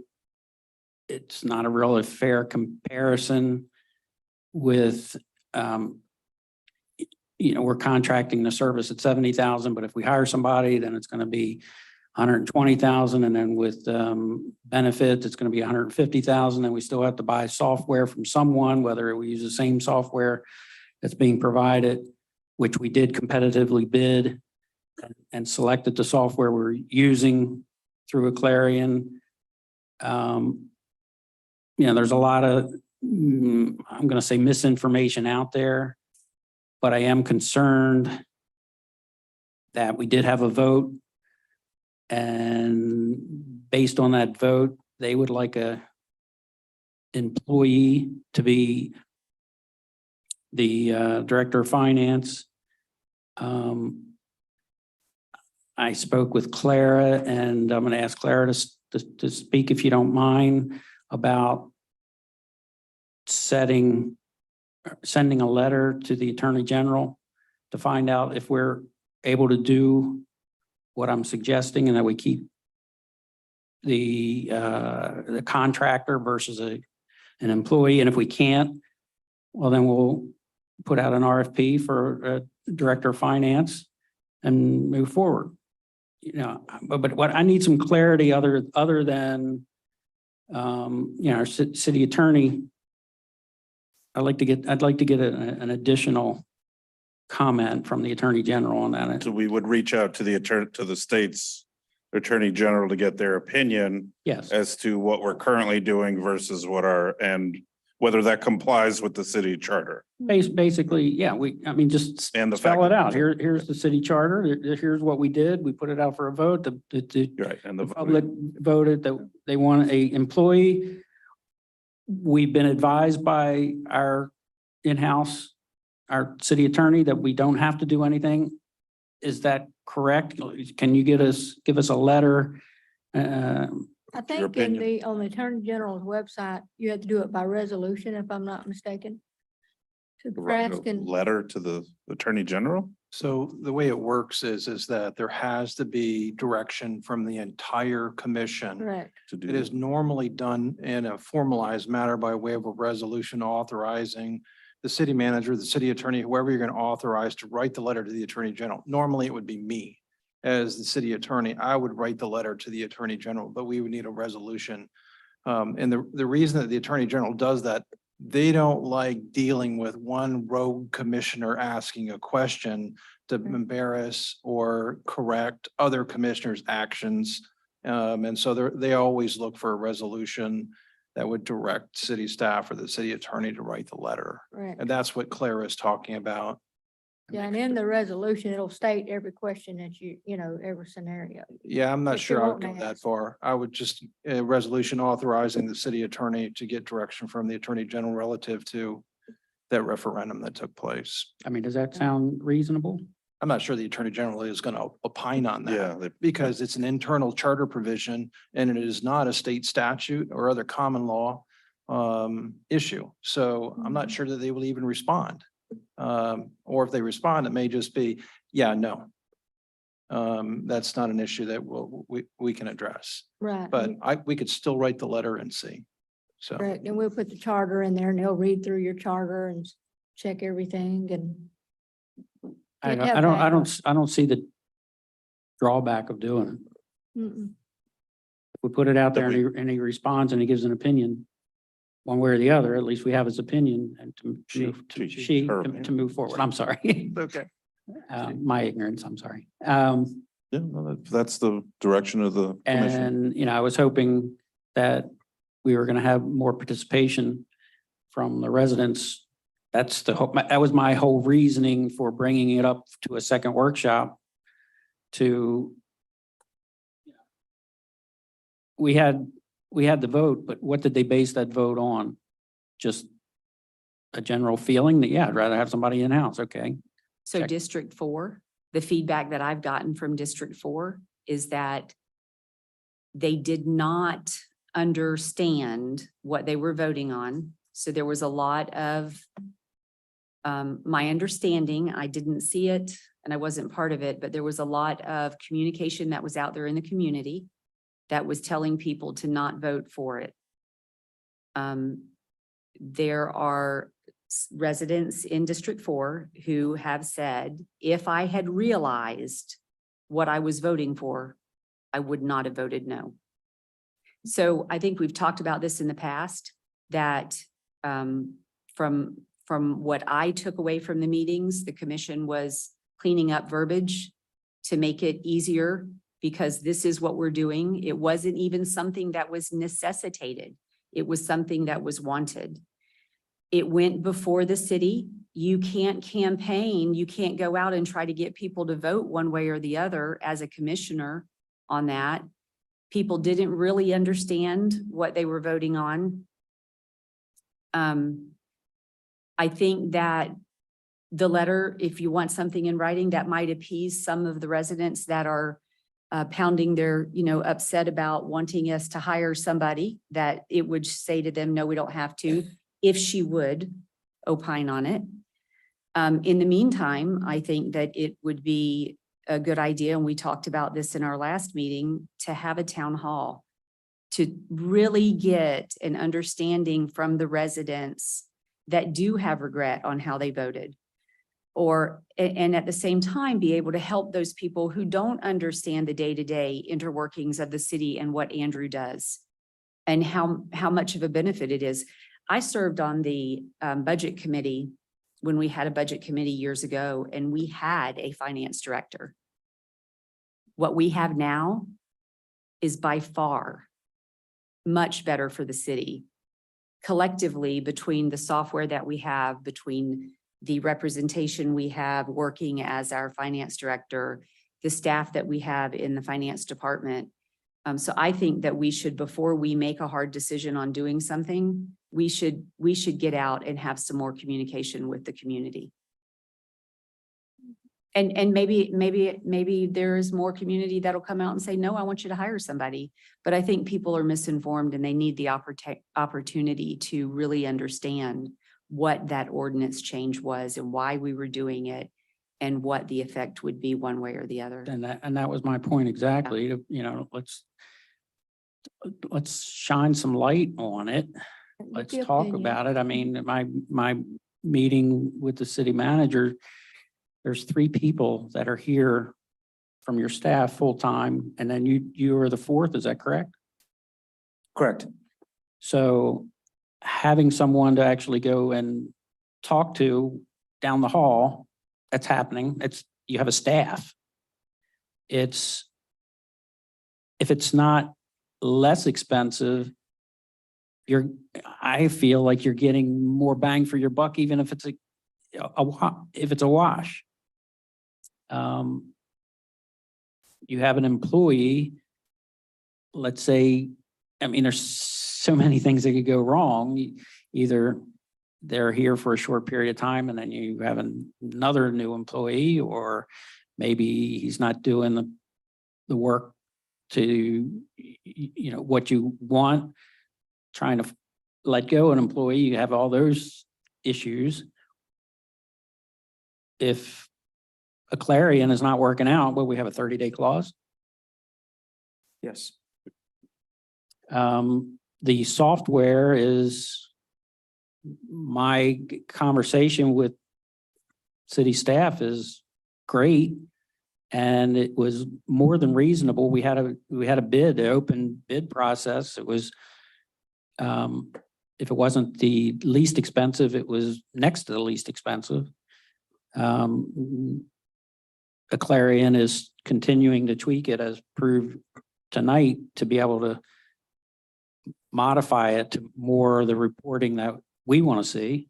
So I still support my position that we keep a contractor if it's allowed. And that's why I asked if we can get an opinion from the Attorney General. That We can do I that. would appreciate that.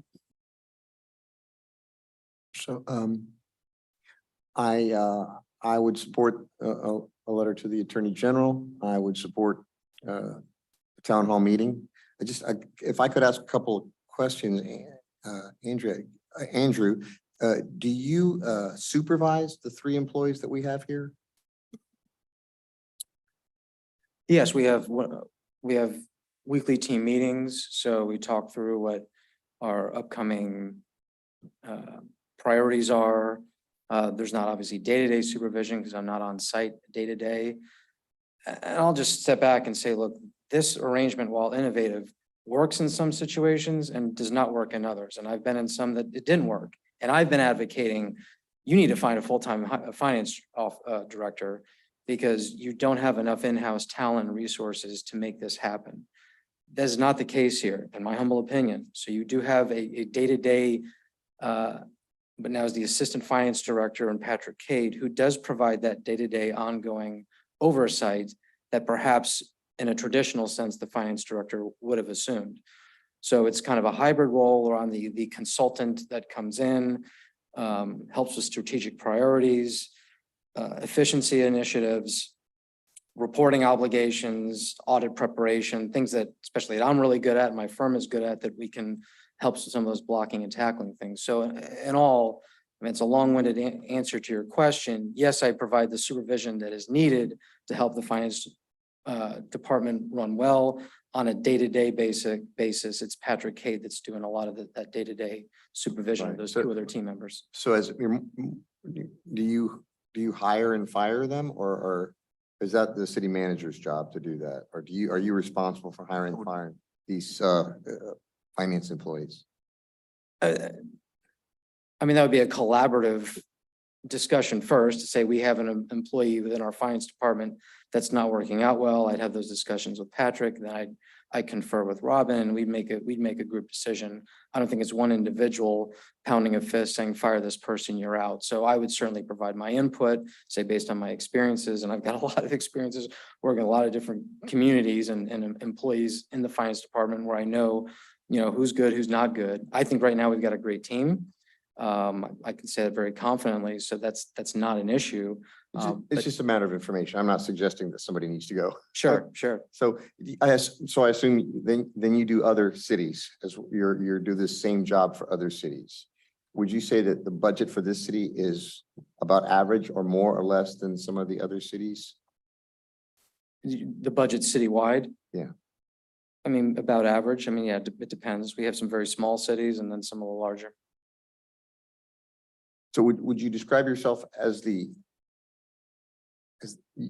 are you more of a consultant or are you the accountant, treasurer, finance officer for our city? Are you more of a consultant? Well, I'm the assigned treasurer, finance director. Okay. So I'm responsible for overseeing all the duties associated with it. That's listed in the But chart. Patrick Cade is, as the accounting manager, he runs the day-to-day stuff and he's here every day. Correct, yep, He's a full-time employee. yes.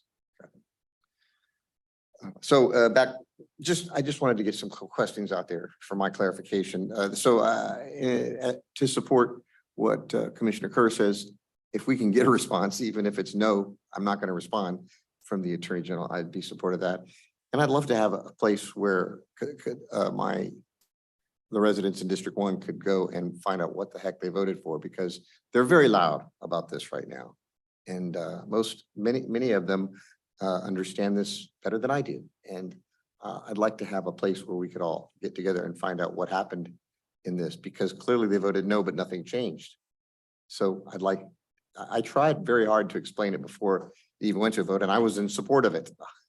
I didn't put that in my newsletter, but if we had a conversation, that's where I went. So I support both of those ideas. Is Patrick your employee or is Patrick the city's employee? No, Patrick's a city City employee, employee. yeah. The three employees in finance are city employees. And we've got different members of my team that might help in different aspects. There's another team member, Mike Fitzgerald. He's attended a couple meetings when I've been unable to attend.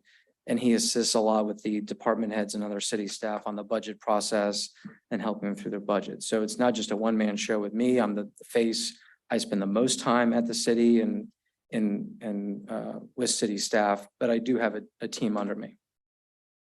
A team that interacts with the three employees that we talked about. Correct. And how often do you meet with the city manager? So I'm here weekly, so we see each other on a weekly basis. Regular. Okay. And just to add, Mayor and Commission, most of the work that it is done is just about our entire finance operation. So accounts payable, accounts receivable, payroll, purchasing, it is electronic. So do I even see Patrick Cade every day? No. Nor all the staff, because I try to and say hello, et cetera, but most of the work is done electronically. So even when I'm approving, or we can run pretty much the system from anywhere in the world, as long as there's an internet connection. So the days of having to have is kind of, the question of whether, do you absolutely need to be physically in the workplace is kind of has changed over the years. Now for government, it'll never go away. You still need a physical presence to a certain extent. But most of what we do is electronic, and therefore that's how the majority of the communication via email mainly, and through the system itself, through the software. I have 3 questions or observations, if I may. What is the total cost of the employees and the contracted services lumped together? Total cost to run the financial department of the city yearly? So the total budget for the department, I guess let me look that up quickly. How much is the Clarion, their software, Well, their license? we pay Mr. Laughlin $7,400 a month to serve as the finance director, city treasurer. So that's, I think, $88,800 a year. We paid in the software, I believe, let me see. 28,000. We're at 28,000. What I had emailed, I think are almost listed together. There's some overlap in the email that I sent you. But we pretty much spend a total of about $120,000 for the software and for the position of city treasurer, finance director. Okay, let me rephrase the question because I'm not getting the answer I'm looking for. How much are we paying for For all of 3? finance. All of finance, yes. Budget for FY '23 yeah. is 280,000. So for our finance department right now, Well, that's, with salaries, software, upgrades, Everything. okay, you want the every- entire budget for the finance department is 525,000. and that's what is budgeted, or that? or That's is that's that what what? is- budget. That's what is budgeted for FY 2023. Okay, how much did we pay last year then for all of those positions, services, their But, retirement, their healthcare insurance globally? What is the total number for all three positions to accomplish the task of financing the city, in or running the FY finance department? So the whole department or just the three positions? The three positions. Approximately 300K, 400K. Okay, so the three. three positions only is the $280,000. Those are those Okay. employees. Prior year, 2022 actual was 301,000, it looks like. Okay, so to function for a year with three employees running the finance department, we're just under $300,000. Is that a correct statement? Yes. Okay, all right. All right, the other observation I'll make, and I know this is gonna be, some people aren't gonna like it. I've spoken to the majority of the voters that I've walked around and talked to, and they understood what they voted for, and that's what they want. My suggestion is, I think we can solve all of the issues very easily. I agree with what you're doing. Your work seems to be great. Have him bid the job. Well, it wouldn't, I mean, If it, if you want to switch to an individual, Mhm. then under our charter, it states that the city manager recommends a finance director, city treasurer, and that recommend is confirmed by the commission. Okay, So how the process would work is we would advertise for a finance director. and he would apply for the job. And I mean, it would be open globally, anybody could Mhm. apply, and we would then go through that hiring process and select a candidate. It does now, whether it's I guess to further to continue the discussion, whether it would be a full-time or a part-time is the next question. And I think I included that realistically could be a full-time, a part-time type position. But if that's the direction, that's what we can certainly proceed with.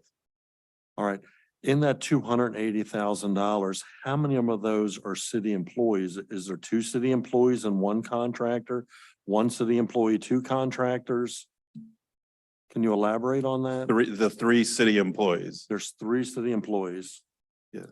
Three city employees for 280,000, and then my contract is 74,000 per month or 7,400 per month, Included in the 280. not including the Oh, 280. not That's included. professional services, so that's 88,800 plus 280,000. Your total is 368,800. There's also other costs associated with the finance department. That was that $525,000 number. Like, we have an audit firm, so those audit fees, office supplies, other professional services, that Basic kind of, necessities. yeah. So this information that we just is on our website in the budget for the current year for fiscal 2023.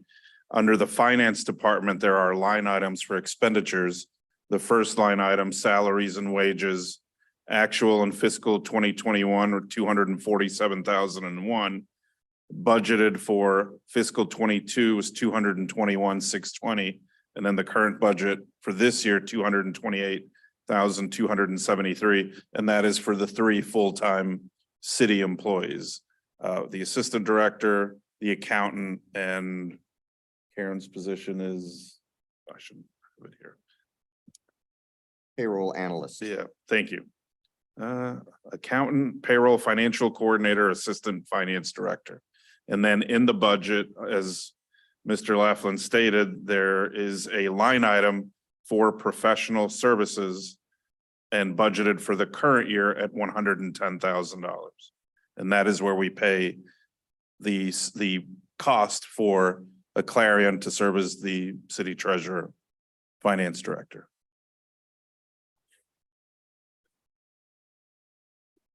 I mean, I think we have a city that is very divided on this topic, and I stand by, I think we need to have some further meetings. I think, number one, changing your finance director is a big deal, especially right now during budget season.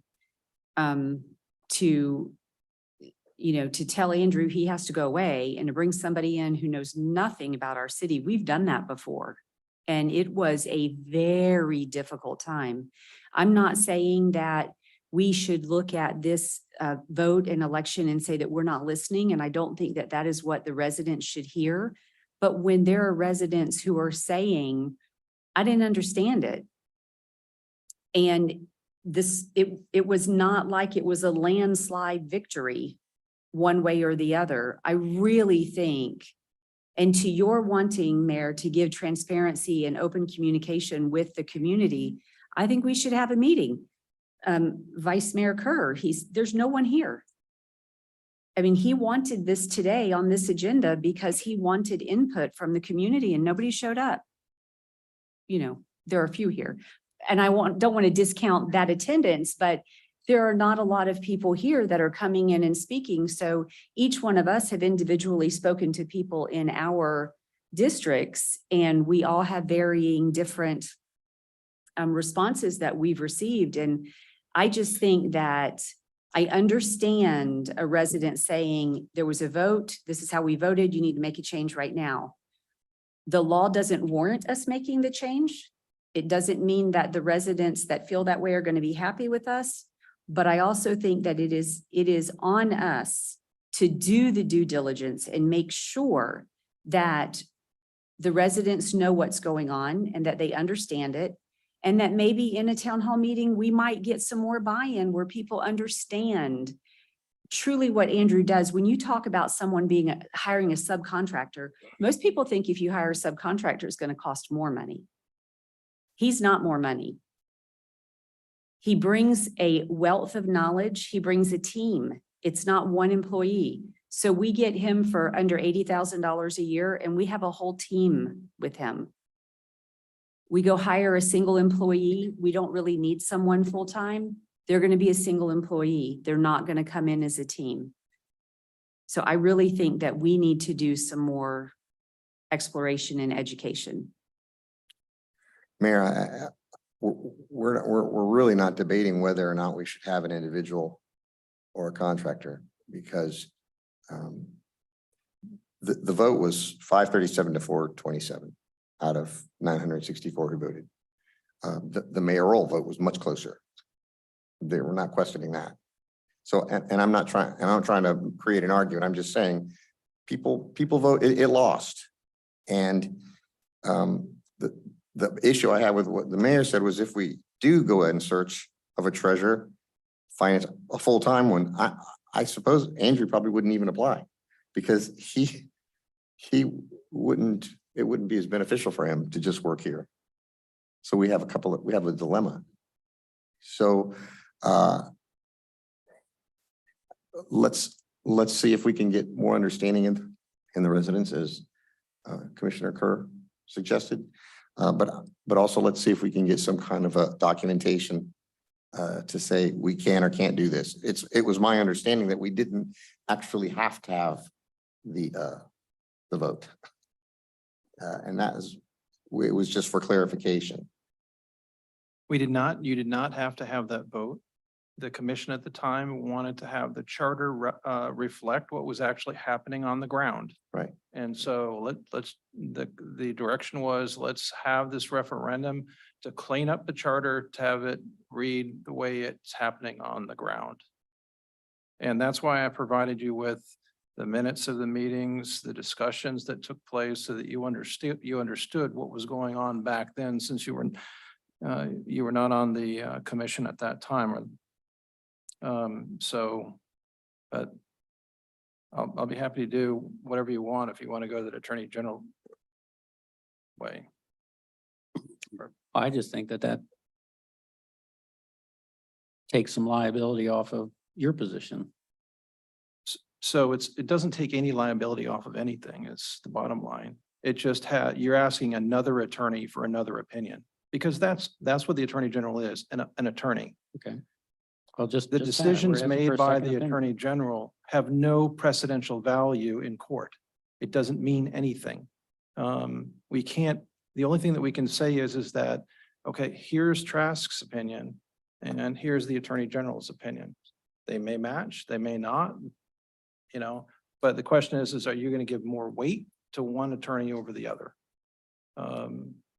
That's really the bottom line. It isn't like a court case or a statute that you can rely upon and make an argument in court that has no precedential value in the court system. So you're not protecting yourself from liability. There is no liability.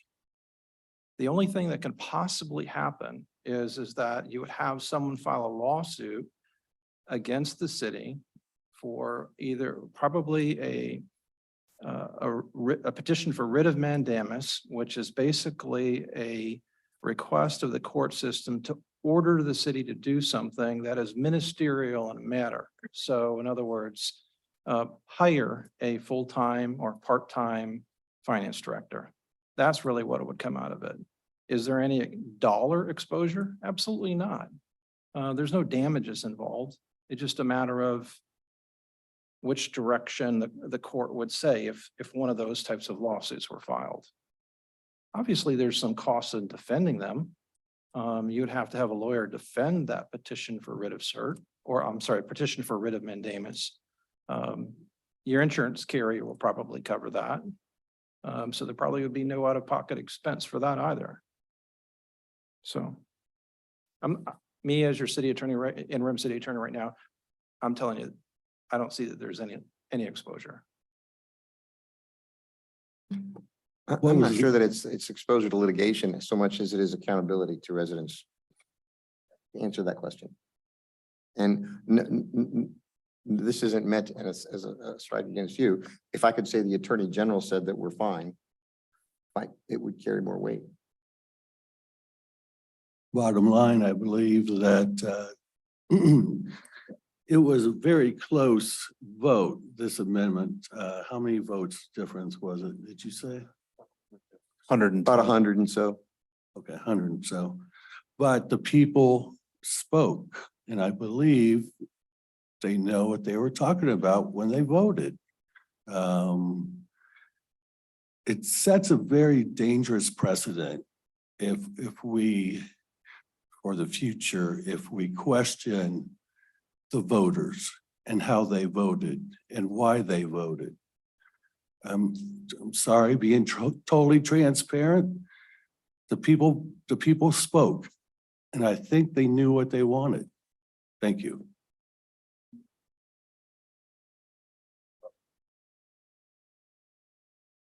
Any other commissioners want to comment before we go to public comment? I just have one quick request from Andrew. Could you put together for us what your responsibilities are as finance director? And it's far beyond just being an accountant.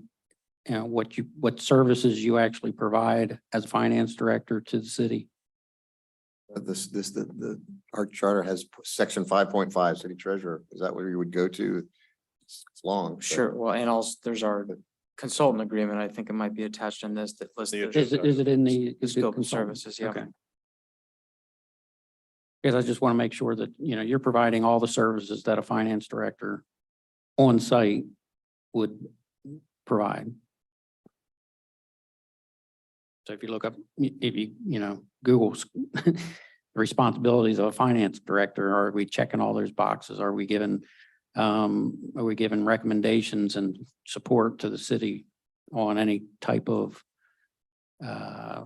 finance questions or recommendations? They're going to take a loan versus buying equipment or all that stuff that I've seen you do, but I just wanted to make sure that those boxes were all checked.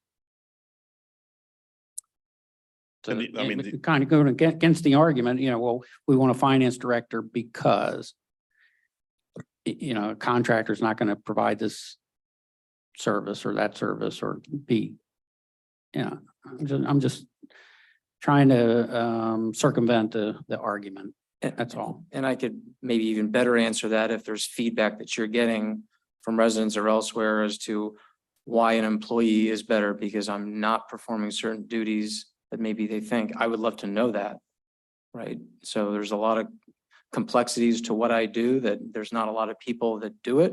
And that's why you see more and more communities outsource this position because it's very difficult to find somebody, right? Oh. So How many people know how to do journal entries for GASB 87 leases? Not many, right? I built the software for it, so I know how to do it. There's just not, it's a niche skill set, so it's hard to just find that in the open market.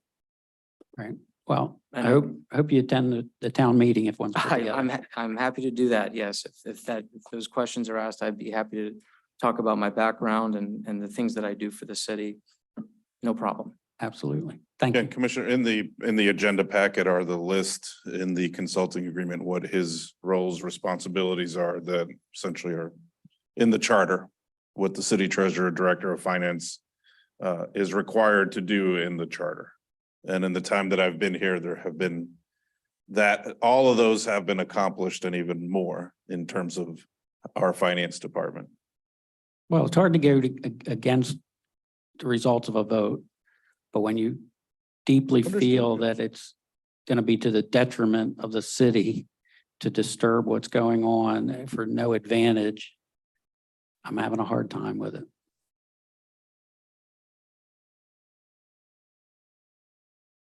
Any other commissioner comments? Public comment, please come out.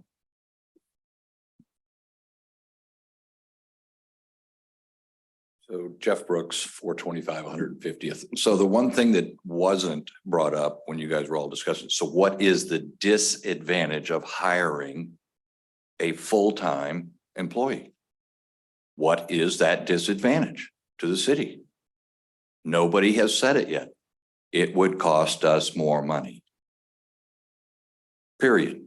And do you really believe that the citizens of this town, when they looked at that amendment, understood that? Because as a rule, you would sit there and look and say, okay, a contractor is going to cost more than an employee would. It's just what most people would think. And that's not the case here. And I do not believe this city took the time to do the right thing when they put that amendment on the ballot to get people in this town educated. I think you're way off base with what you said. I don't believe people think that it would save the city money to have a full-time employee. I watched when she was dealing with the full-time employee that we had here. And for those of us that were in this town when he was here, that was a real troubled time. We do not need that. You've got somebody that's working and doing the right job, and we're talking, people in this town do not realize what they voted for. They can't have noticed that. If you replace him, how much more money is it going to cost us? That's the figure we need for the town hall. How much were we spending before him, and how much are we spending now? And what are we getting?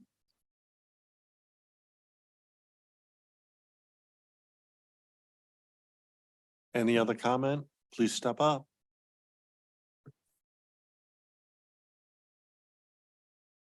John Connolly.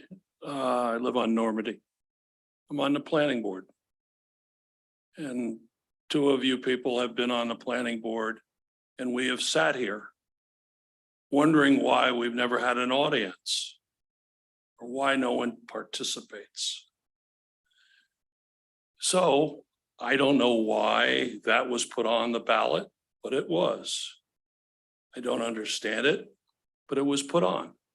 People voted. It came out to that conclusion. And now, why people don't come to the meetings? Because I've asked my neighbors. For years, I have neighbors that have grown up in Madeira Beach, born, raised, they're 65 years old. And I've asked them, why don't you come? Please, I want to hear your opinion. We have given our opinion. No one did anything. No one listened to us. You put something on a vote, and now all of a sudden you're changing your complexion. This is why people don't come here, because no one is listening to us.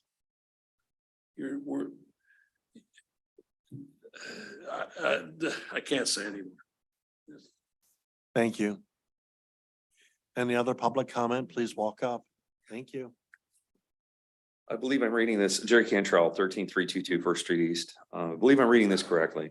but it read, this charter amendment will amend section 5.5 of the charter to provide the Board of Commissioners with the option to delegate to a contractor or firm to perform the services of Director of Finance and City Treasurer, should the charter be amended. It's plain language. I mean, I don't necessarily know if it's the right thing, but I know how it was voted. And the people have spoken. That doesn't mean, and you're correct, it doesn't mean it's the right thing to get rid of this person. Does not mean that at all. I think sending off the letter that you're asking about to get the second opinion is probably a good idea. But you need to be prepared for that, the aspect of it, that it could come back without a response. The person refuses to opine upon it, doesn't give any information back.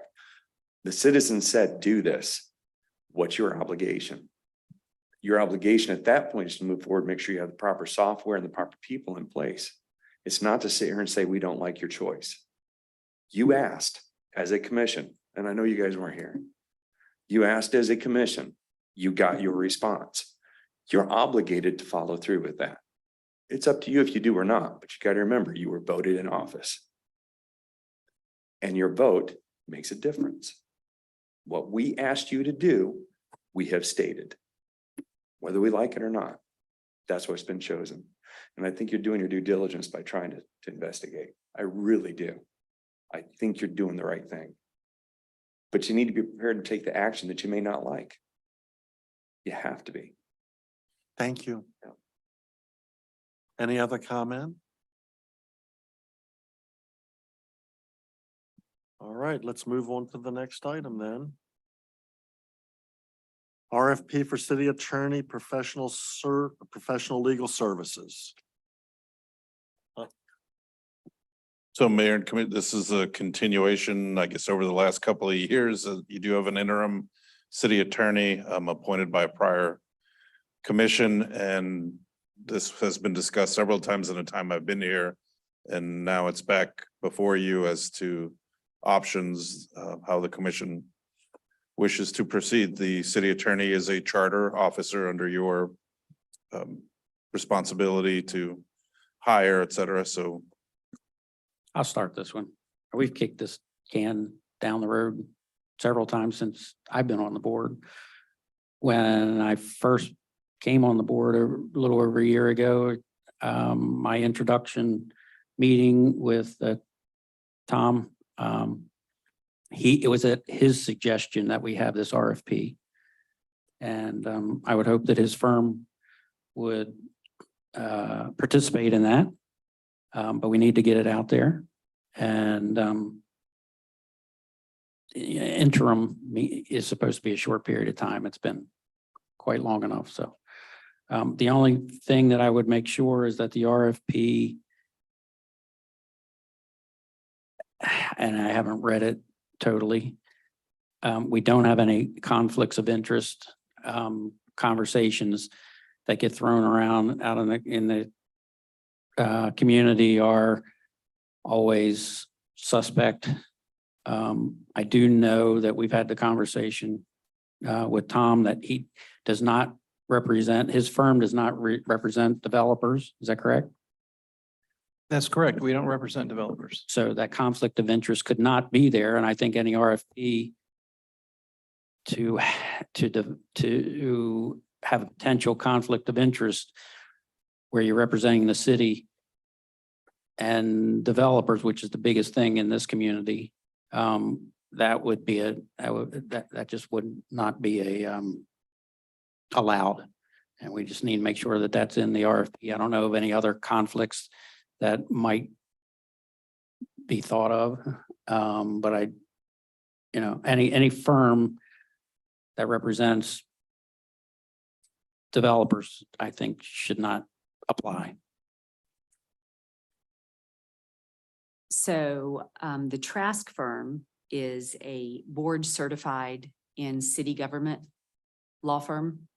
I believe that speaks for something. And I think that we have had instances in the past where the representation that the city had legally was not good.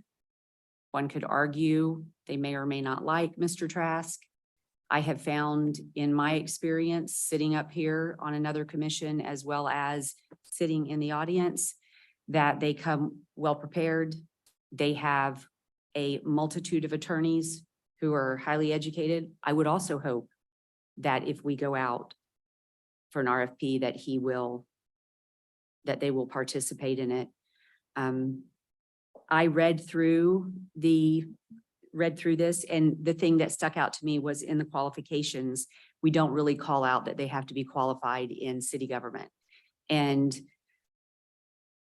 I think that we need an attorney that's qualified in city government, and we need a firm, not a person. One attorney is not sufficient for what this city needs. And so that is my input. If we're going to go out, I think we need to hone in a little bit more of what our requirements are for what we're looking for.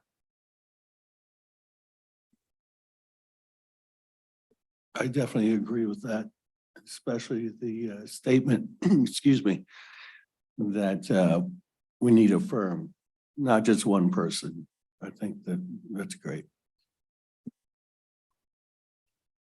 City attorney, is the charter officer, is it a firm or the city attorney? Is it one person? The contract would be with the firm, but ultimately, as the city attorney, it's the person. But when we have, in your case, because you are who we have, if you're not able to be here, you have someone else who can come. You have other attorneys that work in your firm that can handle other things that need to be done within the city if we need it. Correct. And there are a number of attorneys that are currently representing the city for a number of different matters, but we have 6 board certified local government attorneys and 2 additional attorneys working for the firm.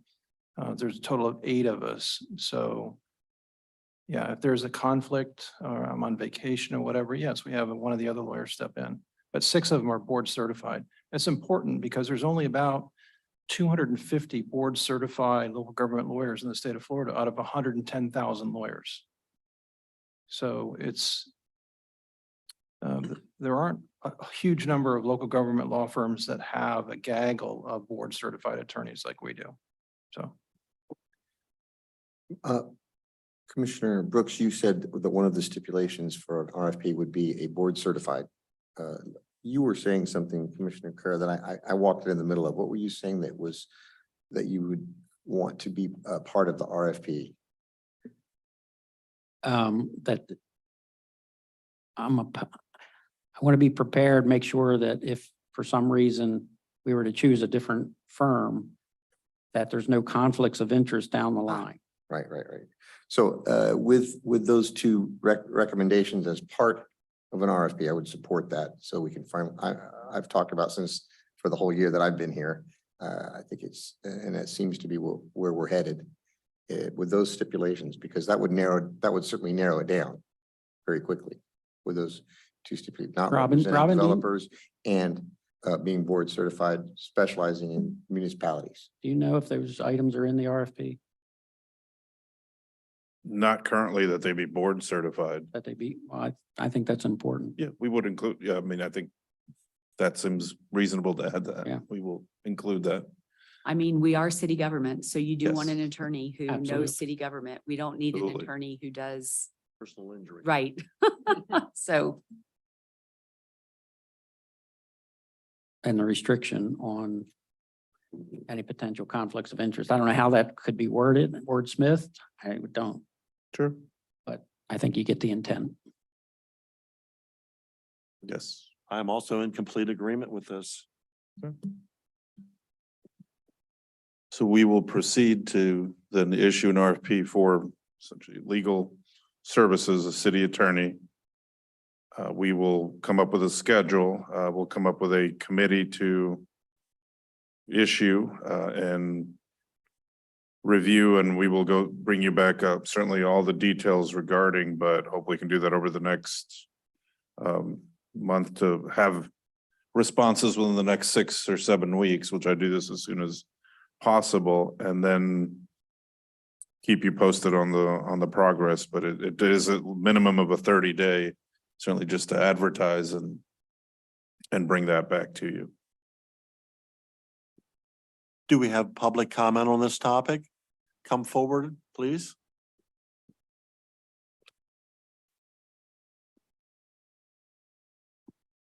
John Hendricks, 569 Normandy Road. Couple of things. One is that I've got to compliment our charter officers. In my 37 years in Madeira Beach, I've never seen a finer staff and a finer group of charter officers. Mr. Trask's firm is one of the best around, and they represent a number of cities in this area. As for Mr. Laughlin, there's a very simple solution to what the city's going through right now. It's up to the commission to hire the charter officers. There's nothing that says this city commission cannot hire Andrew Laughlin on a part-time basis as a charter officer. It's a very simple solution to what we have gotten ourselves into here. So that's all I got. Thank you. Thank you. Any other public comment on this?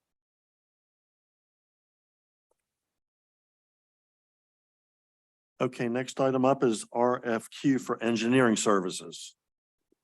Again, similar, there have been prior discussions whether to, we have outsourced our engineering services, and just to clarify, or to begin the conversation rather, excuse me, we do utilize engineering services for two main functions: for city projects that we are performing, roadway projects, and again, to manage that entire process, but roadway projects, stormwater improvements, any structures that we will be building right now, for example, the groins, the dredging of Johns Pass, et cetera.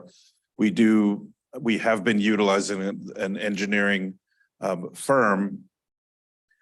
We also utilize engineering services essentially as in-house to review building permits, developments that come in, et cetera, for compliance to building code and other Florida statute, city code requirements. So two different functions, and therefore we have utilized a couple of different engineering firms. We actually had, I believe we had 3 engineers of record, Megan, 2 engineers of record to perform a variety of different engineering work for projects and in-house. We historically have been utilizing an engineering firm more than others to oversee, to manage the projects, and then to do sort of the day-to-day, the in-house that I mentioned, relative to building permits, compliance with building code structures, et cetera. We renewed one of the engineers of record was a 3-year contract, and then 2 1-year extensions that was renewed earlier this year, if not earlier this year, at the end of last year. But we're at the point where, that point in time where we are going to issue an RFQ I think it's an RFQ for requests for qualifications for engineers of record. And that's what this item is. The question of having internal versus external, we had been outsourcing not really enough to have internal, a full-time engineer or city engineer. However, due to changes within our community development department, we actually are going to reclassify. We have reclassified a position from a senior planner to an engineer position, because the employee selected is actually a PE, a professional engineer. So we will be having in-house engineering services to do the in-house. So all the building reviews, floodplain, everything related to building permits that do come into the city. What we still will be issuing this RFQ for would be for all the project related engineering work. Our employee who will be performing the engineering work in the community development department may be able to assist, but that primary role will be, again, as building permits and other developments, private developments, not our projects, as those come in for review. The savings to the city by having this position reclassified is in what we were outsourcing. We were paying essentially $125 an hour for the review of those building permits and other work. Now that we have somebody full-time, they'll be doing essentially the senior planning work plus any engineering work related at a higher salary. But it's still going to be less than what we were paying before to an outside company. But the project management is what this RFQ would be mainly for any projects that we do have quite a bit of projects going forward. So that's what mainly this RFQ is in the item here. And this is just sort of in not a final form yet, but this is what we will be able to issue. So a question then, with having an internal employee, there's just not enough time in the day for this person to do the outside work. And that's why we Well, need. it's different specialties also of different engineering specialties. Okay. in order to review, again, the large construction projects that Public Works projects and stormwater utility road projects may be able to complement some of that, but that's not the level of expertise that we are, because it's in the community development department. I think one thing that I've heard in the time here, well, you put in a permit goes through the building department and then it slows down in the building department, or it's just a reference to the building department by residents and even contractors. Every permit that is submitted to this city in any other coastal area, and when you're in a flood zone like we are, has to undergo two processes, through the building department and then through the community development department, to comply with all the FEMA and all the state and our code requirements to ensure flooding protection and mitigation. And so that takes permits longer than just coming in here. I'm gonna renovate my house. I'm gonna spend $50,000. You're not gonna be able to get a permit in 1, 2, or 3 days. It has to go through those two areas. Can we shorten the time? We're certainly looking to shorten that time. And we have not had a full staff in our community development department since I've been here. We are much closer now that we will have a full-time staff in the community development department. So that's what we're looking to do. I think Megan, Ms. Wepford can add more regarding the actual project management or the public works projects, where we would use engineers of record to guide us through all those processes and ensure, obviously, the project completion, et cetera. So if there's anything you wanted to add, Megan. Good evening, Mayor and Commissioners. As Robin stated, more of the public works side of this is project-based. So if we don't have projects, which I don't think is ever going to happen, we won't have this budgeted in the public works department. However, having an engineer of record down in the planning and zoning department, especially the person that is hopefully joining our team, is going to be very beneficial to myself, because oftentimes I need them to come out in the field and take a look at something. So having that person here on staff full time will definitely help. But for myself, an engineer that's going to design the project is probably never going to happen, having that person in-house. It's actually going to be another one of those topics that it's cheaper to contract that service out as it would be to pay an engineer to be here, because for me, it's not a full-time position. And I do actually, there was a RFQ that was put out in 2020 by the previous public works director, which signed on, I believe it was around 7 engineers of record for multiple different disciplines. So that is still in effect. And I think those contracts expire in June of this year, but still have renewals, which I have ongoing projects with some of those. So this RFQ that is in front of you was mostly for the community development side of it, and then the project base. So if we're going to hire on that position for community development, this RFQ will look much different. Do you have any questions for me?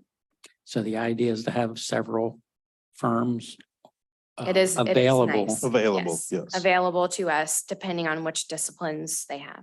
Yeah. Right.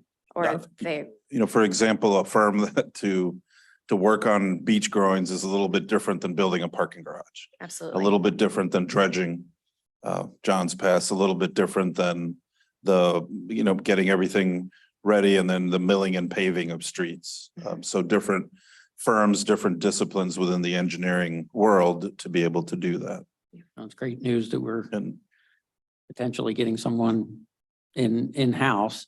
Mhm. I just, again, written a note to myself, conflict of interest, that by having someone in-house, we don't potentially have any conflict of interest. Anyone in-house is going to be reviewing separately, the separate work Mhm. that we're contracting out. Correct. Because I think that has been a complaint that I've heard currently, because we've had engineers actually engineer projects and then review right, the same. the same firm. project. So it's like, okay, that doesn't work. And now we have an individual that is directly accountable to us, our employee, to do quite a bit, as I said, quite a bit of the senior planner work that Ms. Rowan was previously doing, and now they will do that role. But because they're a PE, they'll be able to do engineering, so. Perfect. Thank you. And the knowledge that this person has and the background history with the city is very important. Looking forward to meeting them. Yes. We're the last to know. So but the RFQ is not for the full-time RFQ is not for the full-time person, right? It's No, for well, the, you wouldn't issue an RFQ for a person. sorry, I gotcha. Okay, Yeah, so for engineers of record. engineers, right? So these, would we issue this and then we'd have several on hand that had already Yes. been vetted and approved and That is correct. Yes. Okay. Like I So- said, I can also send this information to Robin. I'm not sure. so I'm The list that looking- we currently have. Okay, Under the discipline from 2020's RFQ. And as I stated, I believe those expire in June of This expires this year. 23, okay. but there's still 1 year, 2 1-year renewals on those. Okay, so I'm looking for staff recommends on this. So this is for us to just say yes Yeah, or to no. proceed to issue an Go ahead, RFQ proceed for with the engineers of RFQ. record. Yeah, okay, got it. Any other commission comment? In that case, I'm all for it. Any public comment on this? Okay, let's move on then. RFP IT services versus in-house discussion. And Mayor and Commission, my apologies, this should be RFQ instead of RFP. But this is for our IT services, again, in prior discussions of whether we hire our own IT staff or we outsource. We have had an outsourced contract for several years with the company, our current company called Network People. My recommendation is that we do issue an RFQ and look to outsource this function. The city's budget, which is in the agenda item, a little over 200 and some $1,000 is the total budget for our total IT budget. That would be perhaps not even cover the cost if we hired employees full-time. IT employees are typically very specialized and therefore command very high salaries. We would need to have at least a manager supervisor whose salary alone would probably approach 100,000, plus another full-time under that person, probably approaching 70 to 80,000. And then somebody who would fill in when one or both would be out, looking at probably another 70 to 80,000. So just the salaries alone, and then plus benefits, we would be well over 250 to close to 300,000 just by having that staff. That does not include certainly, whether they're knowledgeable in all aspects. I think we would be very difficult to find them. But one of the most important things in the IT world is certainly the security component of it. And that's what you get that specialty level of expertise from a firm. And the firm that we have now, I think, has done a very good job with what we've had, and they've been here for some time. Actually, Mr. Hunt Brand with Network People is here in the audience if you do have any questions of him. But my suggestion is to issue this RFQ and then see what responses we get and then bring that back to you for a selection, but that we continue to outsource this function.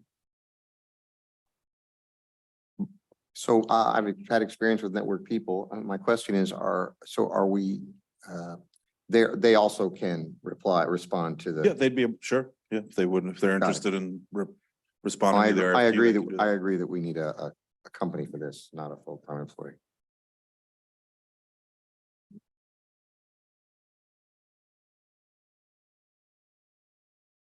We're contracted out. Where's the, I don't understand the salaries and wages and social security.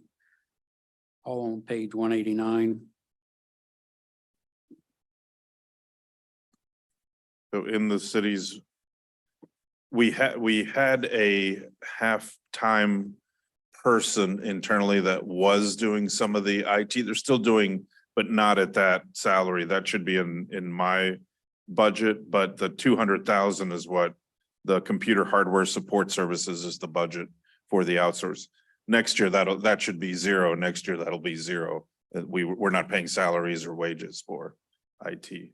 Because that position is now in the city manager's office.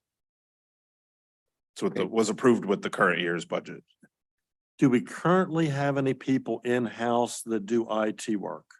Well, Tom in my office is kind of the liaison between the city and our IT contractor network people. Okay. That's what but his role is very, very varied. It's not just IT, but he's essentially the main liaison contact between them.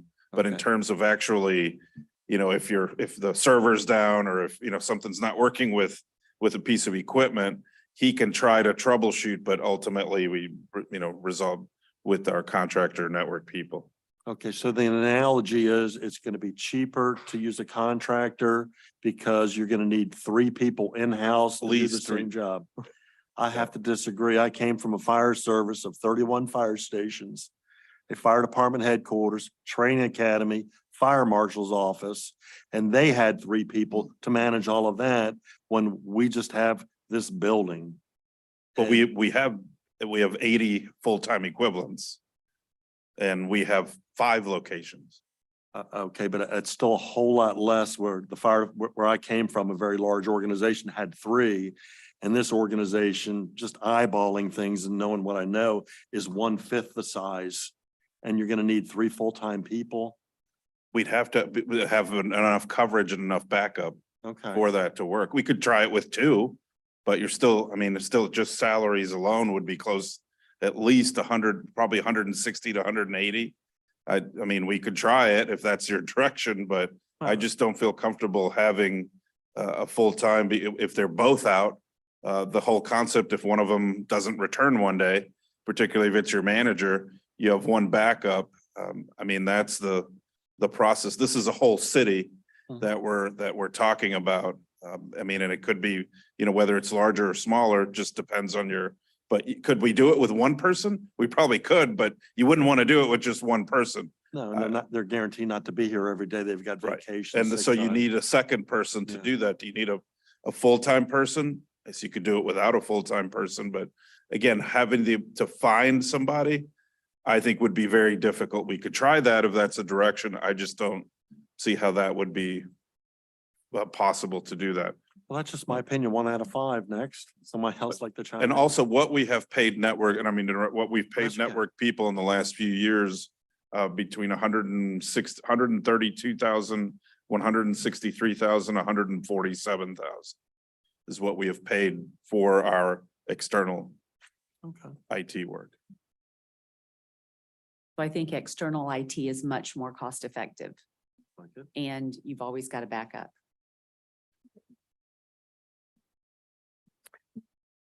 For the same reasons, I like the contractor for the finance department. I like a contractor for the IT.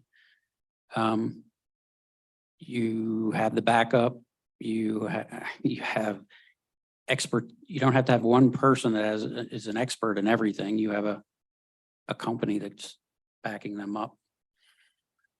If the purpose is to try to save money, I don't think we're going to save any money. Again, it's a disruption with that. If it's working now, why are we going to try to disrupt it? I think it's working well. The city manager seems to think it's working well. I don't see the advantage to turn it into an employee position. I try hard not to speak in areas where I don't have a lot of information or authority but I will say in the year that I've been here, I've had good experiences with our current IT. I've worked for the school board and they have their own, and it was actually much less reliable than what we have right here. I know it's a much bigger network with the school board. So I can't speak with authority about which is the most cost effective, but I can speak with authority that my experience with this company has been very positive. Any public comment?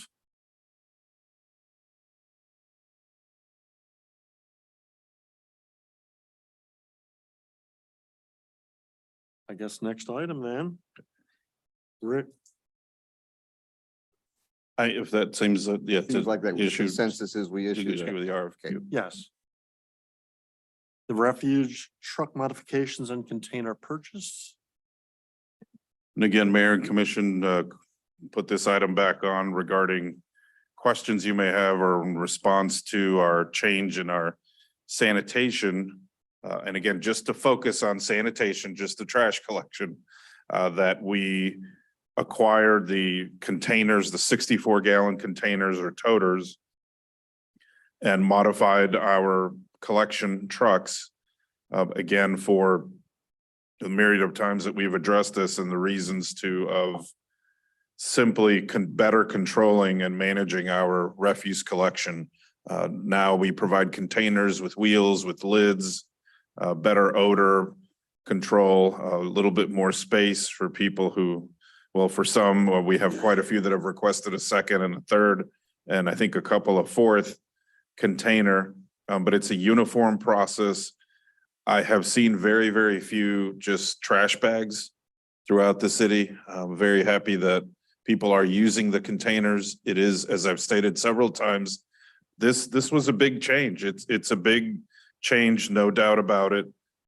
A lot of residents concerned, disappointed, driving down the street, walking down the street, and you see the uniformity of containers. It is a little bit different, but as we've been reminding and informing and advocating to take your can out a certain time of the day and please retrieve it by a certain time of the day. Take it out no earlier than 5:30 the day before collection, and please remove it by sunset the day of the collection, and then keep them so they're not at the curb all the time. Keep them somewhere where they're out of the public view. We've had pretty good, I think we've had very good success. Difficult for employees to be injured picking up considerable heavy bags or other containers. It's a somewhat automated process. They wheel the container to the back of the truck, grab the lever, and then it automatically empties the container into the back of the truck.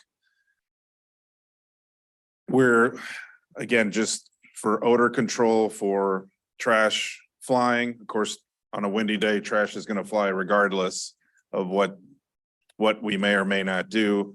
Our service, if people do put out other or additional trash, it is getting collected. If it is left out there, it's not that we stop doing that.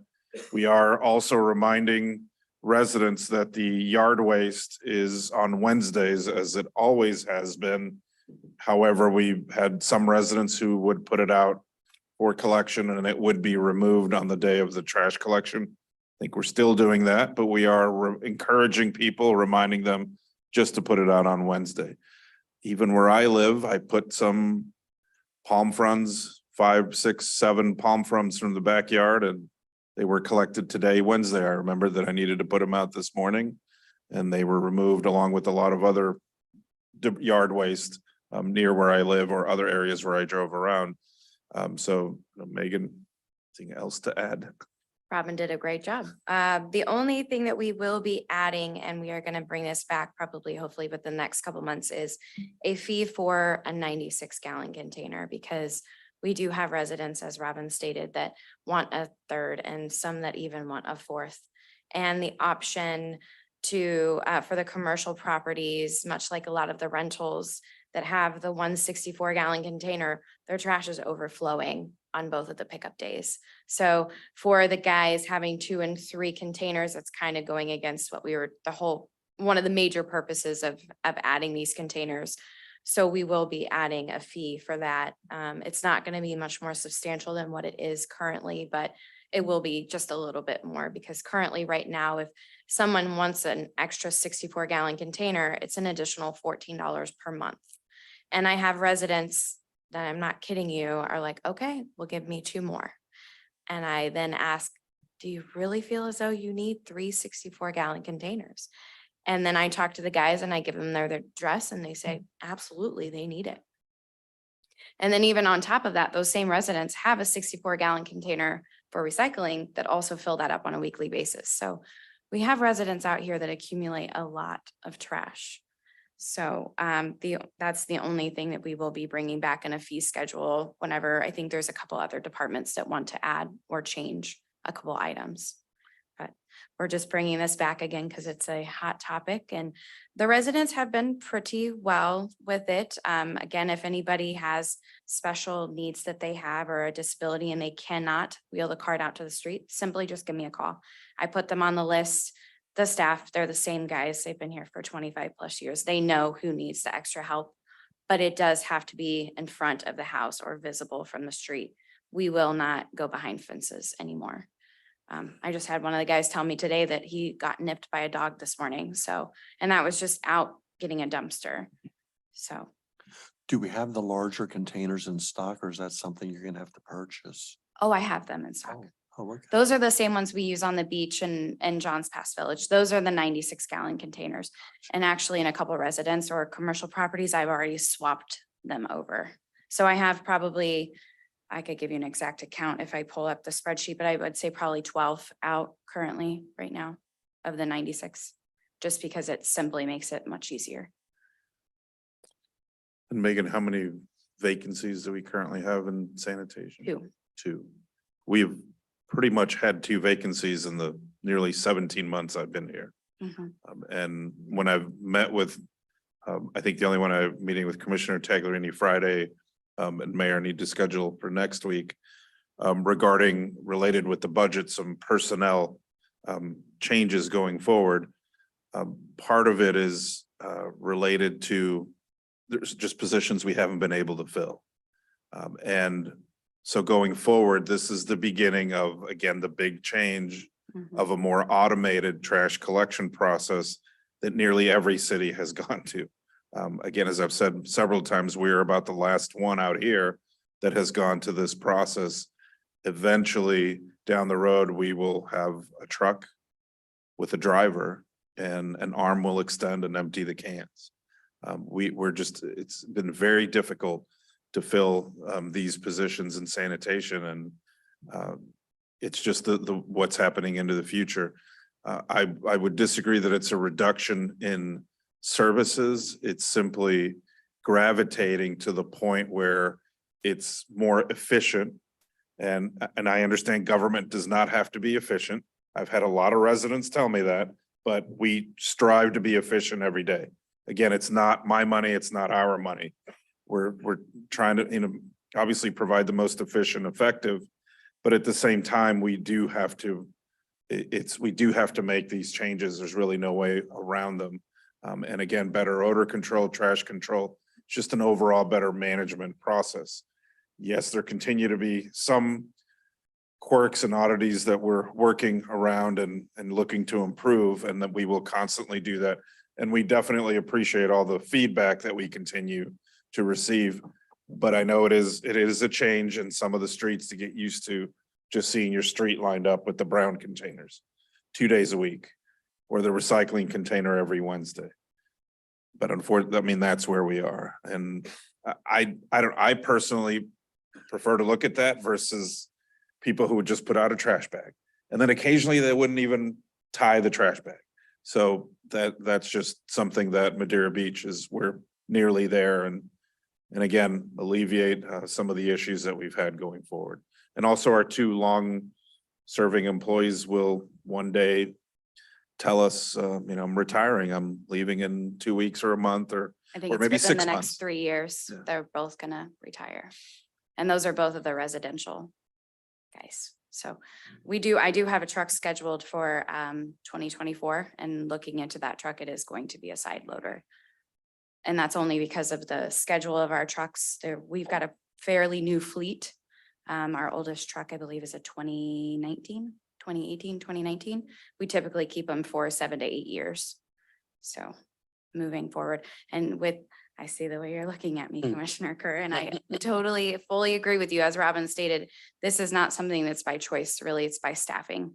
And even whenever we do go to the side loader, hopefully we will be able to keep 2 people on the truck if possible. But with the way that the trend is moving, we get an employee in, and I can't even keep a full crew on the commercial, which the commercial is where the staffing is needed.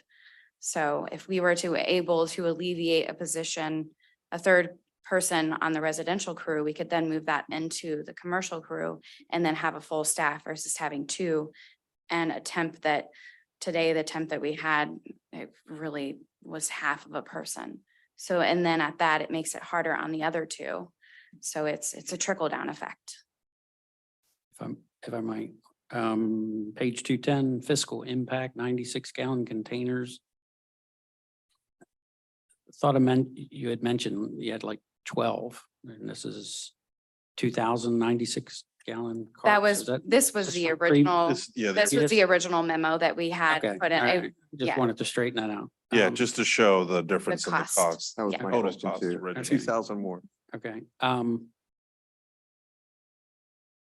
Got a great, I know we're supposed to be talking about strictly sanitation and not Now we can switch to recycling. not Mr. Weiss. recycling, but I'm talking about a one-man crew versus a two-man crew. We had a great Big C meeting here this morning. Driving back, what did I see?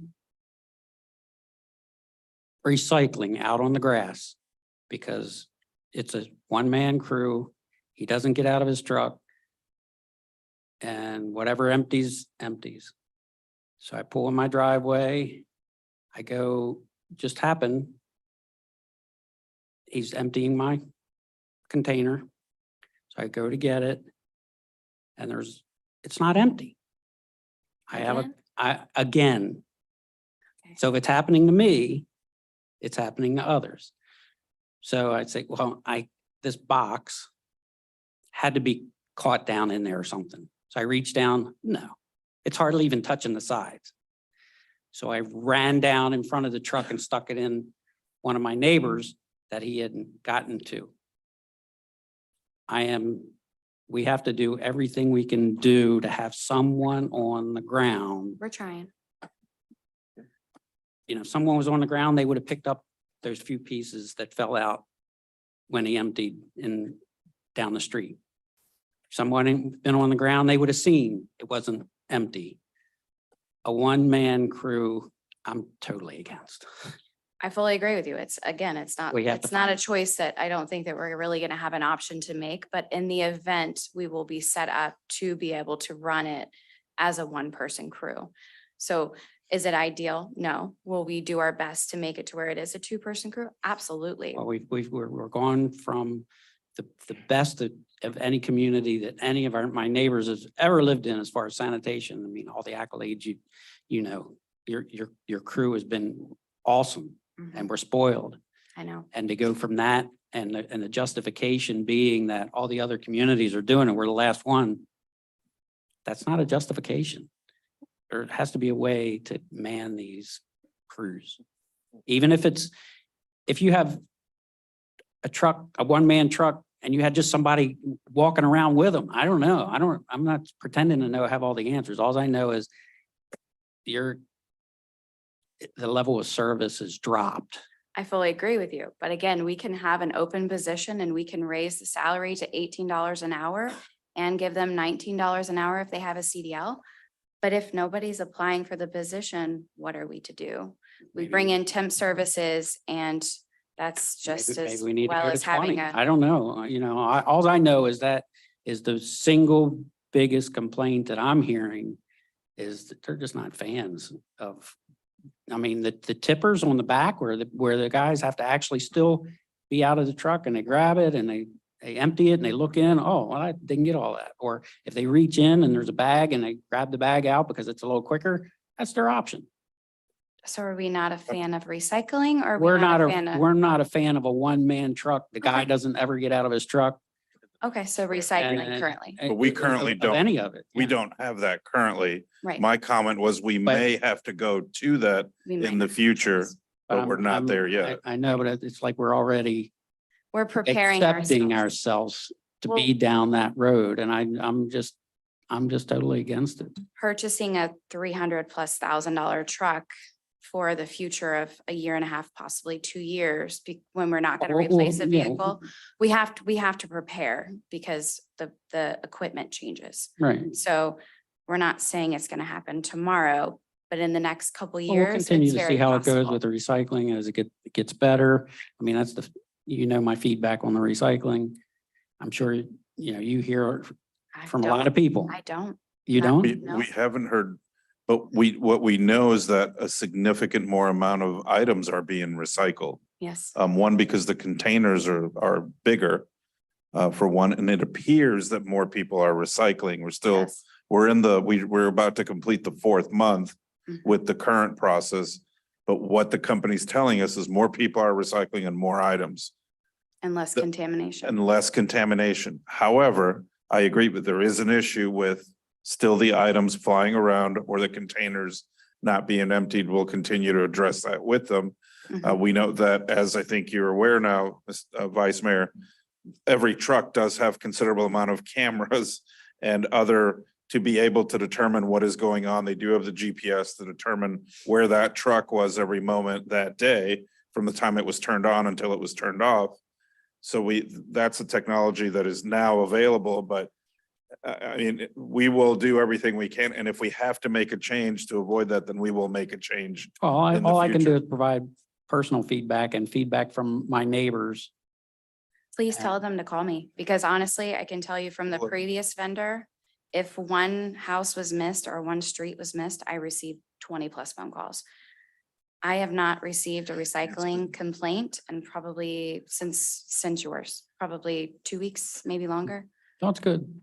So I'm not Hopefully hearing I'm those an complaints outlier. if there are issues, so I can't correct them, but I will definitely reach out and let them know, please shake the containers a little more when they're in the truck. Okay, thank you. You're welcome.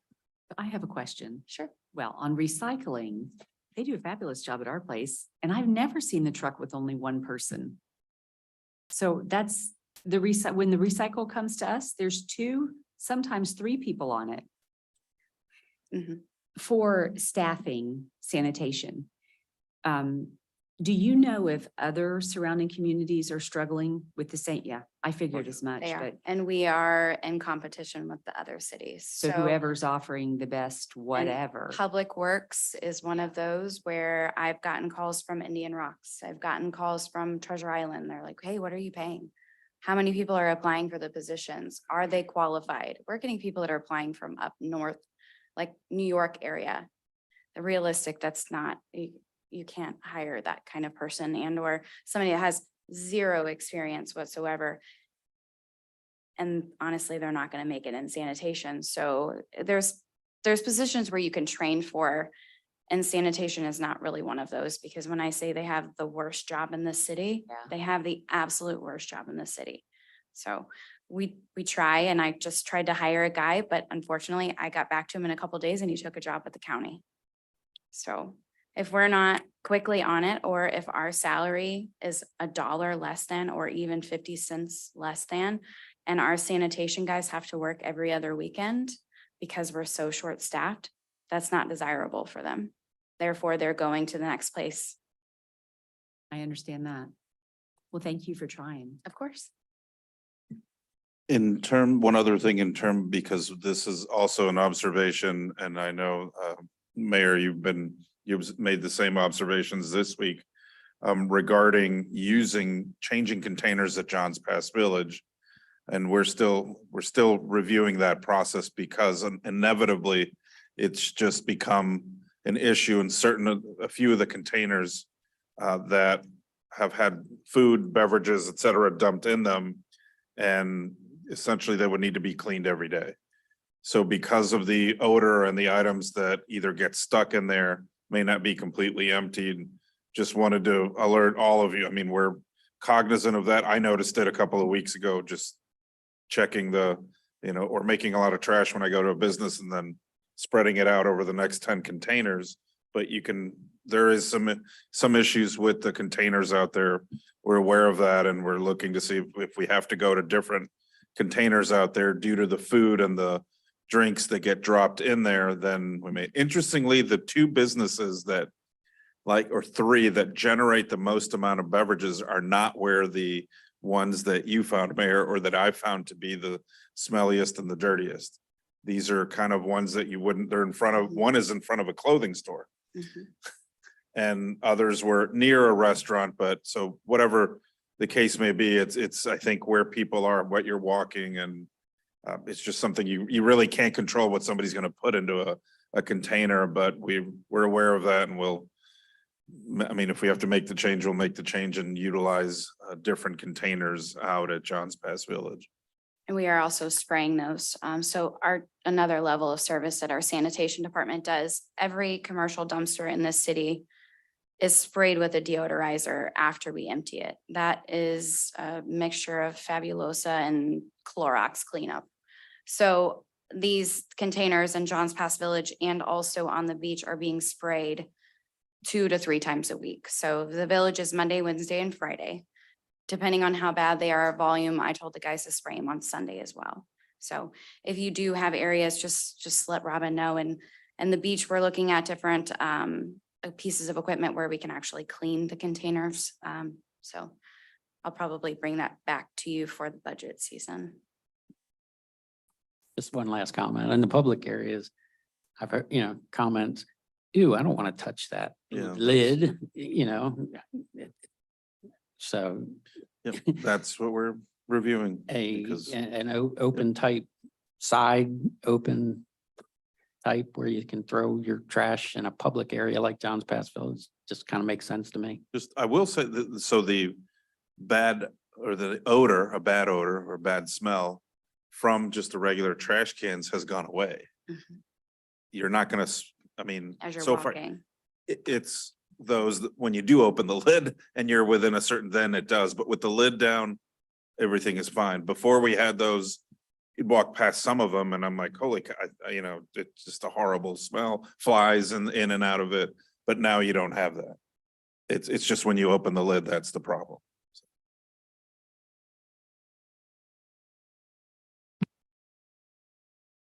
Any more commission questions? Public comment? Okay.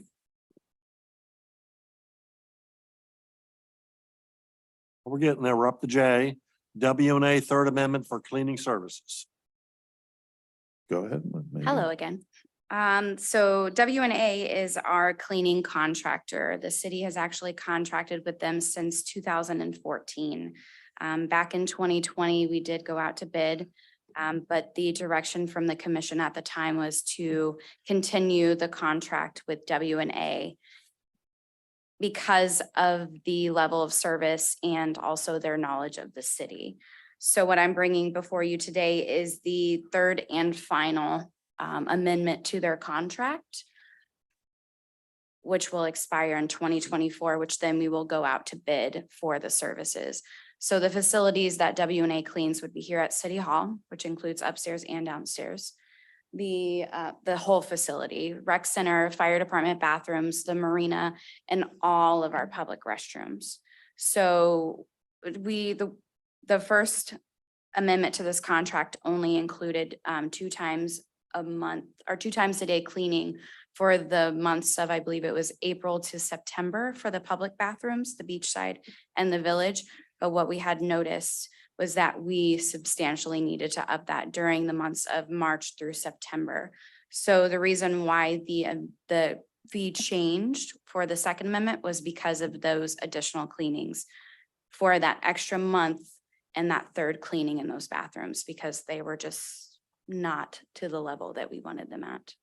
$4 more grand I don't. from 10,250 to 14,170. Yes, Wow. yep, so that 7 months The monthly total is $14,170. And so that's March through September, which the only areas that would be Archibald, Tom and Kitty Stewart Park, John's Pass Park, and John's Pass Village. Those ones are the ones that have that additional fee. The city center, rec, fire, marina all stay the same. And again, the reason for that, Mayor and Commission, just sheer number of visitors. We've had just a tremendous increase in people coming to our city, particularly at the village and at the sand. And so more people, much more trash, but more necessity to clean the bathrooms. And that's why you see the increase that went to it last year.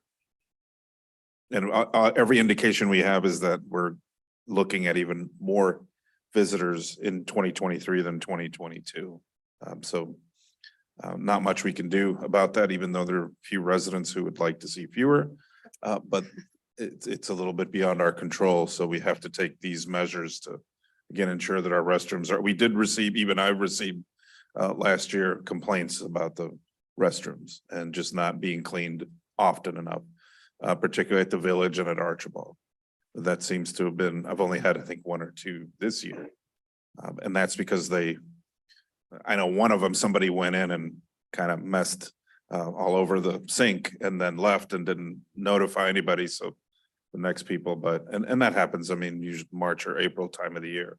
But they're very receptive, the company and their employees, the owners, to anything that we need or any request. And we have had some that I will not share because they're just not, I think decorum prohibits is the term I will use, but that they've gone out and removed in almost full hazmat type suit to clean. And that happens, I'm not kidding when I say 1 time a week. And when I call them, they are 30 minutes maximum. So they are always on call. Staff recommends. Staff 100% recommends.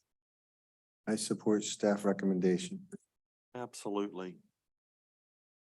I support. I do also. Thank you. Thank you.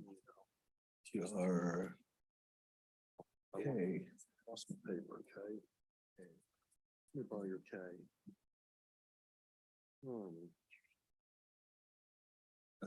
Oh, here we go. Sorry. Okay. Use of city-owned fitness facility discussion. Mayor and Commission, this item, I've probably heard from now close to 20 residents. What's happening with the city's fitness facility that from what I've been told years ago was supposed to incorporate some type of public use. My explanation has been, I've been told multiple versions of what originally the intent was, but regardless of what the intent and what's happened in the past, now we come before you to get your input, your thoughts on whether we do make the fitness facility open to the public and how or under what requirements, processes, what the policies, procedures would be. We have not created any. We're simply, this is really just an inquiry as to what your thoughts are. I've got friends that live down in St. Pete Beach and they've got a fitness facility and they're charged $1 a visit to go in. I don't know the rules and if you have to sign a disclaimer of injury or how to use the equipment disclaimer where that kind of a thing, but. Yeah, I mean, a lot of cities have fitness facilities and you can either pay each time or, some sell monthly or annual, membership types, but you typically, when you do the first time you go, or you sign up to get a monthly or an annual card, like many fitness facilities, you do fill essentially a waiver that, in case of injury, you're responsible in case you are injured. We would likely do the same thing if we opened it up. We would, again, based on your input, it could work in a variety of different ways and Mr. Hatch will jump into that in a moment, but certainly whether we charge per time or a weekly or a monthly or an annual, we would, and whether we would staff it or not, or it could be where it would be code, you would get a code in order to do it after you paid or whatever. Those are just the variety of things to consider. two questions then. Is it being used at all now and by whom? Primarily, our city staff uses it. So it's in our, and the chief can correct me, in the fire. I think the original usage was for the fire department for their fitness facility for them to, you know, the youthful athleticism that is required and to be in the fire service. So they're I think the main users of it, and they are in there typically early in the mornings. Other than that, it's been city staff that have been using it. I think, you know, primarily recreation, public works, some of our field crews who I think similarly, the youthful athleticism and to stay in fairly good shape is very helpful to the job. And so those primarily who had been using, I know Jay, you could add who else, if we've had any other users of the. How many facility. $1,000s of equipment are we talking about here? We'd have to look that number up. I do know the equipment was secured through a grant Okay. by the fire department for that purpose. And then there's a few other additional pieces of Gotcha. equipment throughout the years, but. And then one last question then, how are we gonna decon it in between people? Something to think about there. Well, I mean, we do have we contract with a cleaning service, but I'm sure that's a cost that would be part of the facility as well as whether we staffed it or not. Yeah. That would be another cost, and whether we would absorb the cost or charge certain fees, obviously, to cover either some or all of the costs associated with it. Okay. Yeah, so most of these, the fitness, you mentioned St. Pete Beach, Seminole has one similar. There is a gatekeeper of sorts to get into whether it's into the rec center or whatever. That's one of the items we'd have to look at, whether that would be come to the rec center and check in, come to City Hall and check in, or just have access via code. You mentioned the waiver. We do have a waiver process already for any and all participation, whether it's soccer, an art class, Zumba, whatever. So that would be similar to that. We've looked at fee-based structures. Monthly is kind of the thing that sticks out, but you know, if it's an individual access or whatever, that can be, we can kick it around and see what the solution is. The facility is not that large. It's not your, you know, typical gym, but it could be enough for, depending on the demand. And then beyond that, I mean, you mentioned that, you know, wiping down equipment and stuff like that. We have wipes and stuff in there, and it is cleaned daily with the contract that we have. So it's, you know, we can put all the decontaminating stuff in there, and you know, that's a general expectation. If I went to Anytime Fitness, they'd expect me to use my equipment and wipe it down after that. So that can be part of the user agreement and stuff like that, and also be cleaned. And then we can, if it gets to a point where we're doing this and we have staff that needs to come in, and, you know, maybe we schedule a staff member once a day or however often to come do stuff. So it really just boils down to how we want to operate. You know, what level of service are we expecting for that? Is it certain hours during the day? Is it only when city's open? Is it, you know, when is it? So, You think this is a good idea or bad idea, and tell me why? Honestly, it's a challenge. It's not impossible, but it just really, it boils down to what the expected use is. You know, if we're looking for 24/7 and we're training Olympians, I don't think that's realistic. But if we're, you know, just for people to be active in the community and have the opportunity to use it, it's possible. And, you know, we have the software that we use now for the rec center that allows us to create memberships. It allows us to check in people. We would need to, we've never used that for this specific use, so we'd have to train on it, but we have, it's one of the modules with the software we already have. So that's not going to be a challenge. But again, it just really depends. You know, we could do this and we could get 10 people that are regular users, or we could do this and get, you know, 500 people that are regular users. And then it really is, I mean, it's smaller than this room. Another thing is, you know, as Chief sits behind me there, they do use it as, you know, PT for the fire department. So we need to make sure that that time is available. But again, it's not impossible. We just need to know kind of what the expected level of service is, and, you know, we can make whatever happen. Commissioners? So does the fire department have set hours that you go typically? Yeah, so what we do is Monday, Tuesday, Wednesday, we go to Ocean Sands and we go up and down 13 stories 4 times. And then that's Monday, Tuesday, Wednesday, then Thursday, Friday, Saturday, we utilize the city gym in the mornings. But it's not a set time, it's just in the morning, because if a call happens or they're doing their duties early to get over there, then it's usually before 9 o'clock, maybe 10 at the latest. But as far as it being a good idea, just from the safety aspect, I would say you would have to put a time on it, because it couldn't be 24/7, because God forbid something happens to somebody and they wouldn't even be found until the next day. So that's just what I have to say for the opening it up to the citizens. Thank you. Thank you. I'm all for opening it up for the citizens of Madeira Beach. I think it's a great idea. Whether we'll put a cost on it, $10 a month, $120 a year, to help with some of the cost. That's something to think about, but definitely should be open to the citizens of Madeira Beach. Definitely. This is an area that I feel like I can speak with some authority on because I've used it a lot. I don't think it's going to have the attraction that a UFit or an LA Fitness or a sport is going to have. It doesn't have that kind of equipment. The kind of equipment that's in there, you have to know what you're doing, right? It's got Smith machines, it's got some free weights, it's got some cable machines. It does have a couple or 3 treadmills, which people might use, and it's got a beautiful view. I would love to see this available. The only reason I don't work out there is because my spouse can't work out without me. So we go to Sporta. I would love to see this gym available. I don't think there may be initially some people that will check it out. Once they see there's no group sports, which a lot of people, there's no yoga, there's none of that. There's basically weights and you need to know what you're doing. I think a minimal cost would make sure that people are accountable.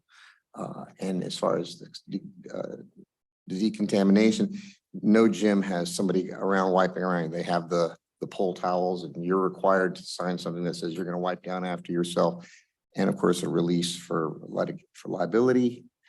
I don't think 24 hours is a good idea, but whatever reasonable hours we come out with. I will say that in my experience, the firefighters are there in the morning and doing their stuff between 8 and 10. I worked out when they were there or when they were not there, but that would be up to them to decide if they want to block out some time. So I think it's a great idea. So I agree with Commissioner Taglerini. I have been in the gym. It's a bodybuilder gym. It's not a youth fitness. It is for people who are well-versed in what they're doing. I would, I'd be against it. For liability reasons, I think, for, the fire department having that available and city staff having it available, I think it's a perk. It's a requirement for the firefighters. I've been in there, I've looked around, I have not used it. I don't think it's a great attraction and for the residents. Gym memberships are very inexpensive. So I don't see a huge benefit. We would charge for them anyway. Now we have additional parking issues. If it were used a lot, I don't know. My main reason is because of the fire department. They shouldn't have to compete and the liability, but I'm not for it. So Mayor, if we were to go forward, I think we would come back with, before we do is come up with policies, procedures for it. And it would, obviously we would allow for the fire department to accommodate their usage. And that, so those times would not be available to the public, but we would make certain times available to the public and then come back if, I think let us see if we can, if that's I think kind of the direction to come up with what we can do and then bring that back to you And I mean, from my perspective, possibly to do two ways, one where there isn't a cost to residents and one with a cost, and see what the recovery is. So kind of like a financial, just little worksheets to show what that might be, if that's kind of the direction from the commission as a whole. That'd be my preference. And then with that, maybe make contact with St. Pete Beach and get a copy of their policies and procedures of use. Of course. No sense in rewriting the book when somebody's already done it for us. Right. All right, well, thank Absolutely. you. Any public comment on this?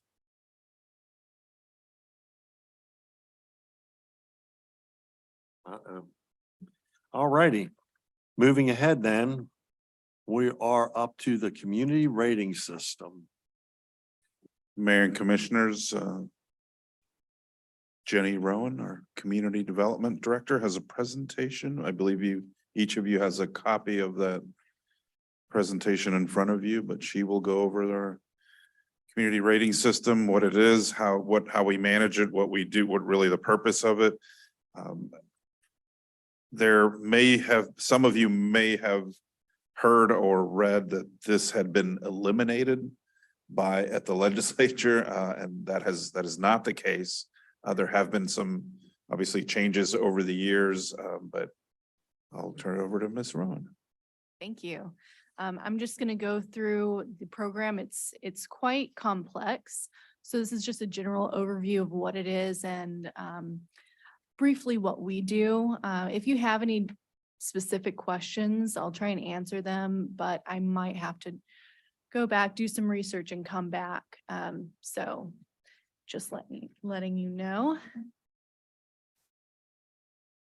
So what is the CRS? The Community Rating System is a voluntary incentive program for communities that exceed the minimum requirements of the National Flood Insurance Program, the NFIP. The NFIP is administered through FEMA and was created to provide flood insurance and establish floodplain standards.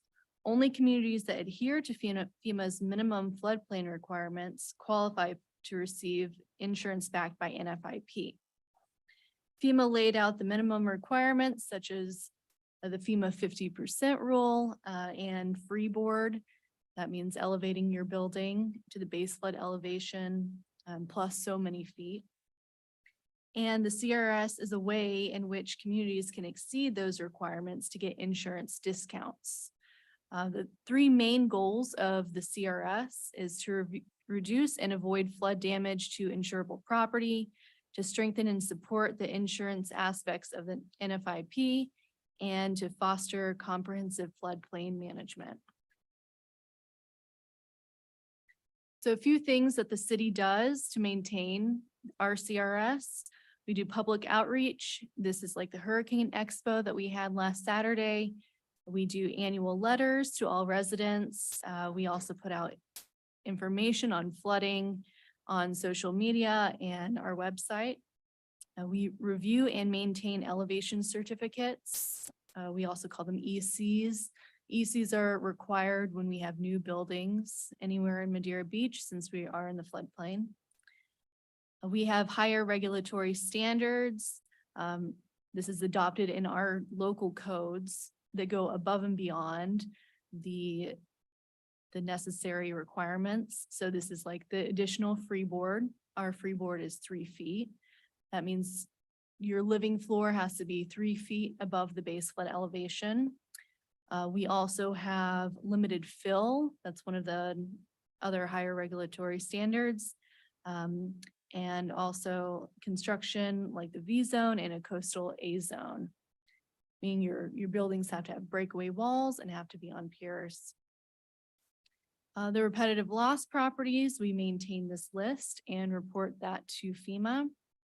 Hazard disclosure, Pinellas County actually has a training for realtors, and we receive and maintain brochures from realtors in Madeira Beach that they are relaying flood hazards to potential property owners.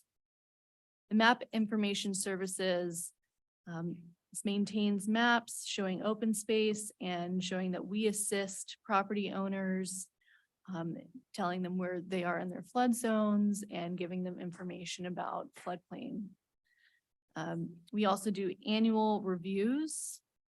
FEMA reviews all of our ECs every year, May 1st, they're due. And then they assure that we're doing the minimum for the program, and we do turn in some documents to them that they review.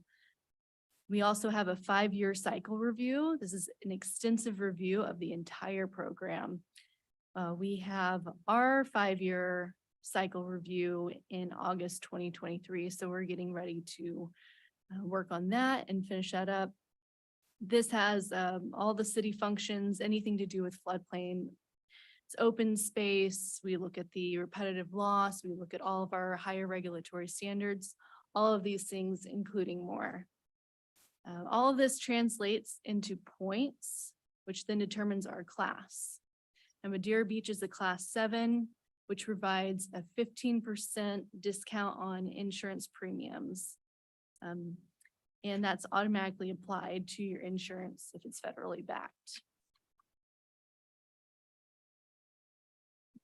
So what does CRS mean for the community? It means that discounts on flood insurance premium rates, you're eligible for federally backed mortgages and post-disaster assistance.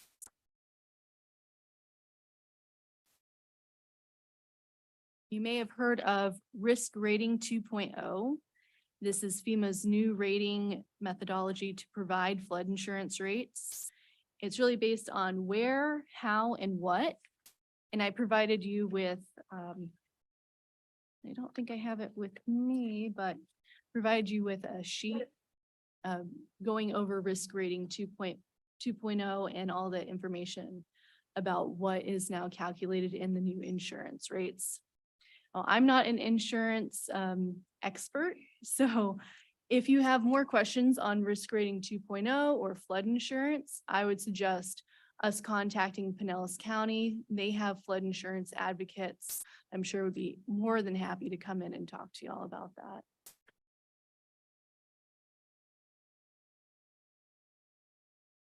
So in summary, some flood insurance rates are changing due to that risk rating 2.0, many of which are increasing in Madeira Beach due to that new rating system. Florida is experiencing an increase of flooding due to sea level rise and more frequent and intense storms and flooding events. These factors makes the CRS even more valuable to the community. The CRS program rewards communities for higher standards that reduces the risk of flooding and encourages resilient building. These efforts towards maintaining and improving the CRS program provide property owners discounts on flood insurance, federally backed mortgages, and post-disaster assistance. So that's CRS in a nutshell, in a very small nutshell. So if you have any questions, let me know and I'll see if I can answer them. And if not, then I will definitely get back to you.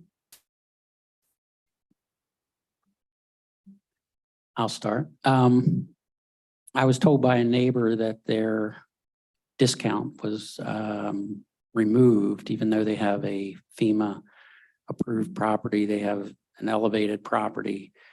I contacted Robin Miller with Tampa Bay Beaches, and she said she confirmed that the discount for having a raised property had been eliminated. Do you know anything about that?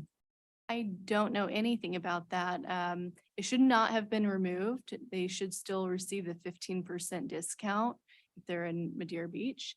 I don't know if it has to do with the risk rating 2.0, if that's why their insurance is going up. Like I said, we could get an insurance advocate from Pinellas County to come and speak to us.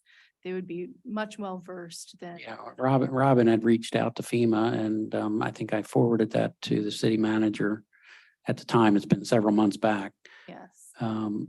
But their insurance shouldn't be going up if they're raised. Now, in that risk rating 2.0, if you see on your sheet, there is an extra, I don't know if I would say cost, but they ding you more if you're on a barrier island. So I know that's one of the extra points of like, where is it built? if you're on a barrier island, they're gonna. Yeah, they're well, using- on our street, I recall, if you were elevated, your flood insurance was like $500, where if you were not, it was several thousand. But that's what I'm saying, that discount for being elevated had been eliminated. I'm sure they're still getting their 15% from the CRS program, but not, I didn't follow up to find out what their new payment was, but it was disturbing that it was Going up that much. that it was eliminated for being elevated. Shouldn't So- be eliminated. I would say, take a look at that paper that I passed out, that flyer. It's also in the back, if anybody's curious about it. But it goes over the new risk rating 2.0, and that's how all the flood insurances are. It's a whole new methodology on how they're figuring out the rate of flood insurance policies. So it may have to do something with that, but if you're elevated, it should still be lower than if you were at grade. Right, and then FEMA will not allow you to bring any fill dirt if you're building a new property. That depends on your community. So for us, we allow fill for grading. It depends on, that's one of the higher regulatory standards. So some communities allow more fill than others, or no fill at all. You don't allow, the city does not allow fill for the first level. Correct. So if you wanted to raise your garage, you do not allow fill. That just seems silly.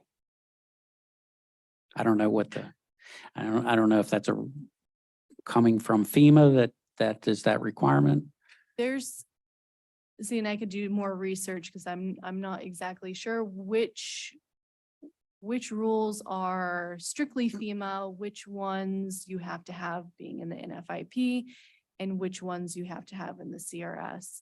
So there's kind of three different things. And then you also have the higher regulatory standards.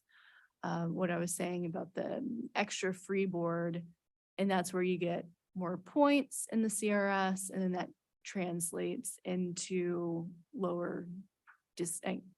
higher discounts for flood insurance.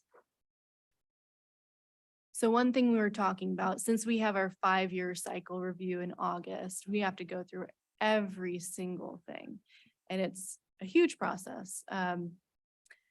So what we're talking about is possibly seeing what relates into points, and if there's anything that y'all might want to trade out or get more points, or say if the free board, a lot of people are complaining about that and you want to lower it, and seeing how many points you get to stay in that same classification. That's something that we're talking about internally, of making notes of, okay, well, we're getting X amount of points for this higher regulatory standard. Is it really what the community wants? Could we be more relaxed? Could we go higher with that? It's all up to the board, but that's something that we're talking about when we do have our 5-year cycle, because we do have to go through every single little thing in that CRS, and we have to put points towards that, and that's what we give to FEMA. Is that an open process? Or is there a report on that once you're finished with the review, or is it?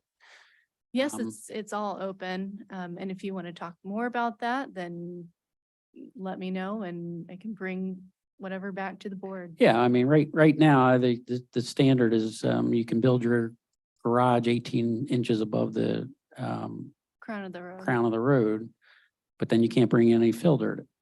You can bring in dirt for grading and drainage. But grading isn't going to be underneath the house. No. So if that's something that you want to look further into, absolutely. then we can do that.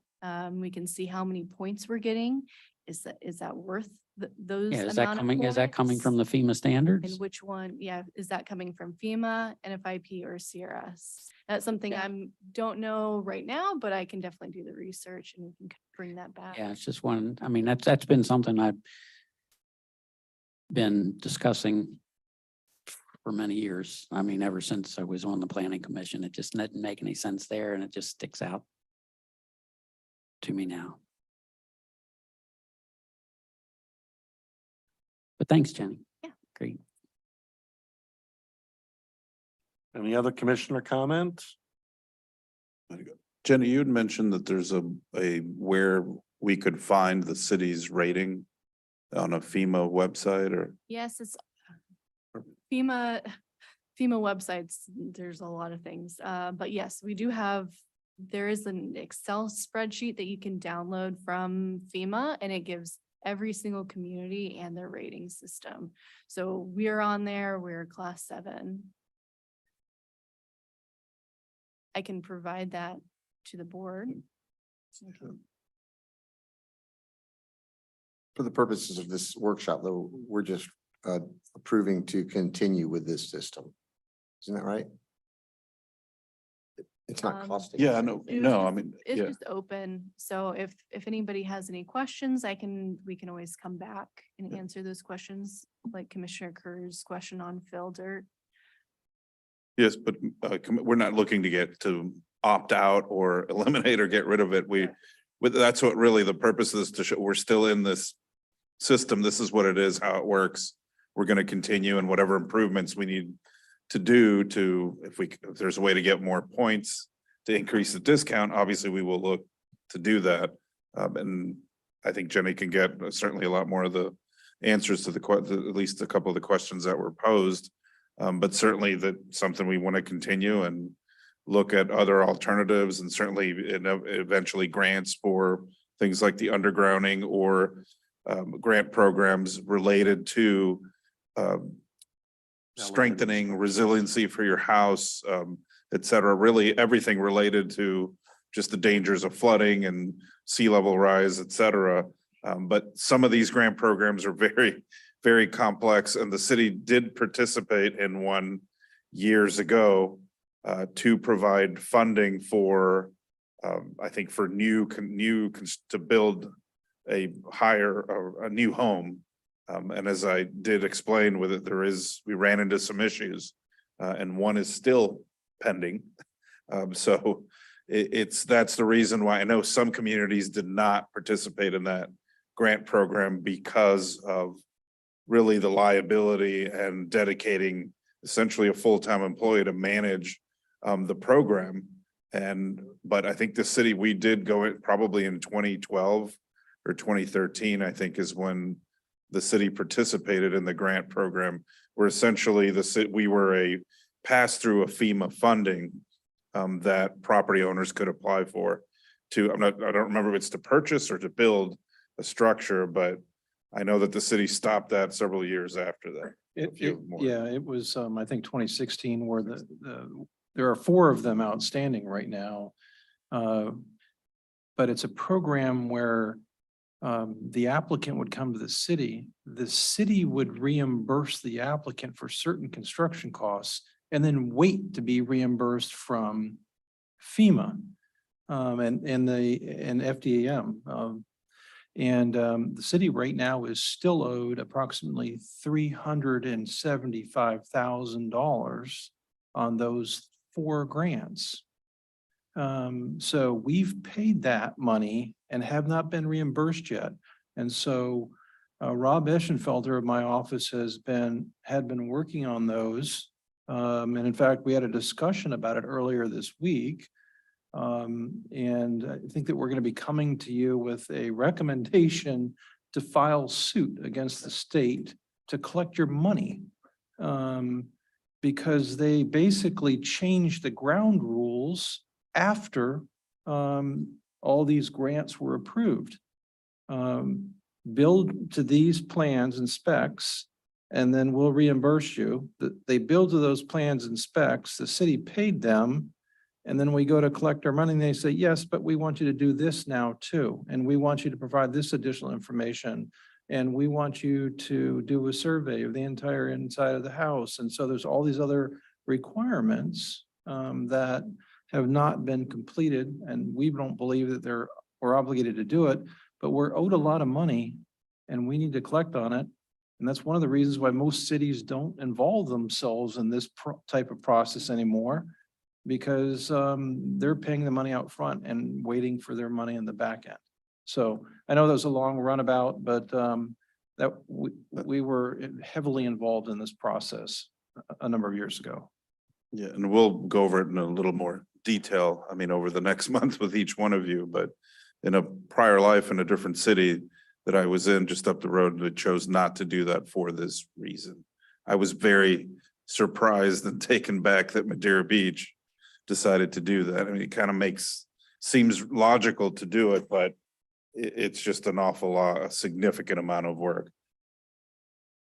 It's changed over time. Whether we go forward or not is what we'll need to discuss over the next month or so.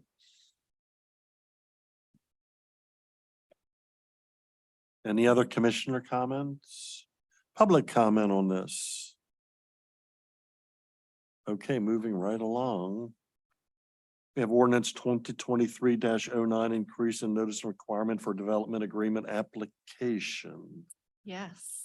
So ordinance 2023-09 expands the distance of mailed public notices from 200 feet to 300 feet for the subject property of entering into, amending, or revoking development agreement. The ordinance also clarifies that the Community Development Department will post and mail the public notice when the development agreement goes before the Planning Commission. Changing the public notice for entering into, amending, or revoking a development agreement mailing distance to properties within 300 feet would be the same as the public notice mailing requirements for other public hearing notices, which includes land use and zoning changes, alcohol beverage application, and variances. Staff is in support of this. Any questions from the commissioners? Any public comment? Mayor and Commission, so this item will come back at this will be heard Monday at the Planning Commission, and then it will come back on May 10th as first reading of the ordinance. Yes. Okay, moving forward. We have ordinance 2023-10 amendment to chapter 110 alcohol beverage permit application fee. This one is pretty straightforward as well. This ordinance removes the exact fee amount for alcoholic beverage applications from the code. And instead, the fees and collection procedure manual will determine the cost of the permit application. So by referencing the fees and collection procedure manual instead of stating it in the actual code, you won't have to keep changing both of them and just be in one place. It just makes it easier. Just for Mayor and Commissioners McKeon and Brooks, I think you may be familiar, our collection and fees manual is every fee that we levy. And that's currently available in our code of ordinances. You scroll all the way down, it's listed as an appendix. So as Ms. Rowan stated, this change, we're taking the actual code of ordinances had the actual fee amount. That's what the change, we're recommending to remove that through this ordinance change. And then the alcohol beverage fee, permit fee will be just in the collection and fees manual, which will, again, every time we do update the collection and fees manual periodically, but it's usually multiple fees, not just one at a time. So just make it administratively a lot easier for us to track and make changes. Any commissioner comments? Any public comment? Okay, ordinance 2023-12 amendment to LDR, I'm assuming that's land development regulations, definition of portable sign. This ordinance updates the definition of portable signs to follow the federal appeals court ruling from LaCroix versus Town of Fort Myers Beach. The case ruled that it is a First Amendment right for citizens to be able to carry non-commercial speech signs in public areas such as sidewalks and parks. This ordinance clarifies that a sign not bearing a commercial message, which is carried by a person, shall not be considered a prohibited portable sign. These signs shall be permitted to be carried in any location such person is otherwise lawfully allowed to be present, including on the city's sidewalks and parks. Any commission comments? Mayor and Commission, just, I forgot to mention, the prior item, same as this one, will come again May 10th as a first reading ordinance. Sorry. Thank you, Rob. Thank you. Public comment. Moving forward. Ordinance 2023-13 LDC rental of residential amenities. This ordinance prohibits the owner of or authorized agent of an owner of a residential property from renting or leasing any amenity, feature, or structure other than a dwelling. Home amenity rentals have the potential to create negative impacts on residential neighborhoods by generating additional traffic, noise, and disruptive behavior. This ordinance defines amenity, feature, or structure as including but is not limited to sheds, garages, driveways, rooftops, attics, pools, spas, saunas, putting greens, sport courts, gazebos, or front or rear or side yards. Commercial and other areas in Madeira Beach that currently allow for renting or leasing recreation or event facilities would not be affected by this ordinance. And this will go to Planning Commission on Monday and then back to BOC for first reading in May. Don't see boat lifts there. Yeah, I was Road. just gonna say docks. Can we put that first in the list? I think two of you, we had this discussion before March at a workshop. And I think that did come up about excluding docks, boat lifts from the ordinance, and those are excluded. They are excluded? They are excluded. So, because currently we do, unless commission would want to add them back, but kind of the message at that workshop was to exclude docks from the language in the ordinance. Docks, D-O-C-K, excuse me, not decks, but docks, yeah. Boat lift. So Boat lifts. I think that maybe where we're coming from is, so this would allow residents to rent their boat docks. Well, If it's excluded or no. I that came up as a conversation that is already happening, but we have not received any concerns or have found any negative impacts for that occurring. But our original discussion included that we would not allow anyone to rent their dock to somebody else to bring your boat and use someone else's Right. dock. So that, I'm just explaining, that is not in this there. ordinance. We will still allow that. Well, Unless, I would, if I was part of that discussion, I don't remember. I've actually had a couple of complaints about of people renting out their renting out their docks. docks and abusing it next to neighbors.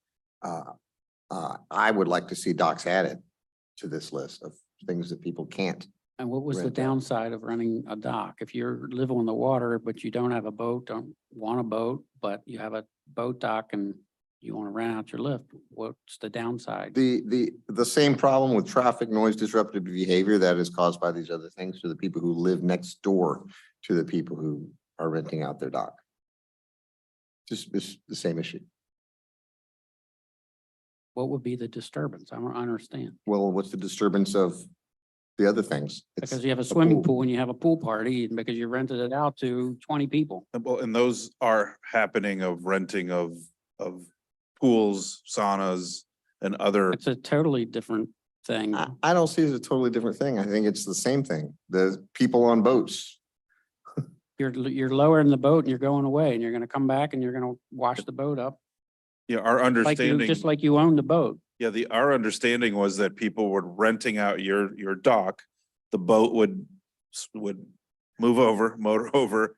You would tie it to the dock and then you would go elsewhere. You were not going to neither the dock nor the property Right, no, that it was docked to. I'm That's clear about what it is. I can state two emails from two different people complaining about it. They're turning it into a commercial venture is what they were describing it as.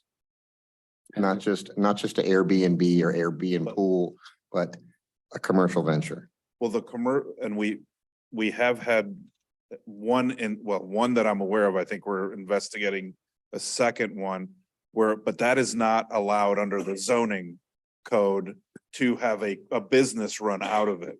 So you cannot rent it out for somebody to run a business out of it. That does I believe that does violate our zoning code in running a commercial operation out of a residential area, especially if it's an R1. I could be, Yeah. Jenny, you could clarify, because that was happening. Again, we're aware of one and we stopped that one.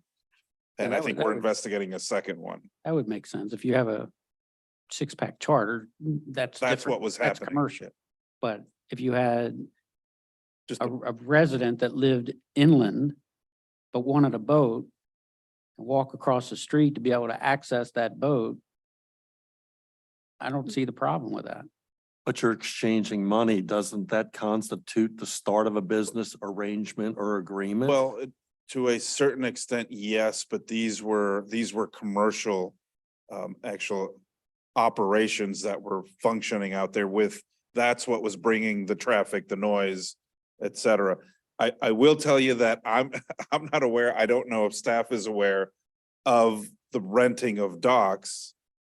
We've been told that it does happen. We have not encountered any.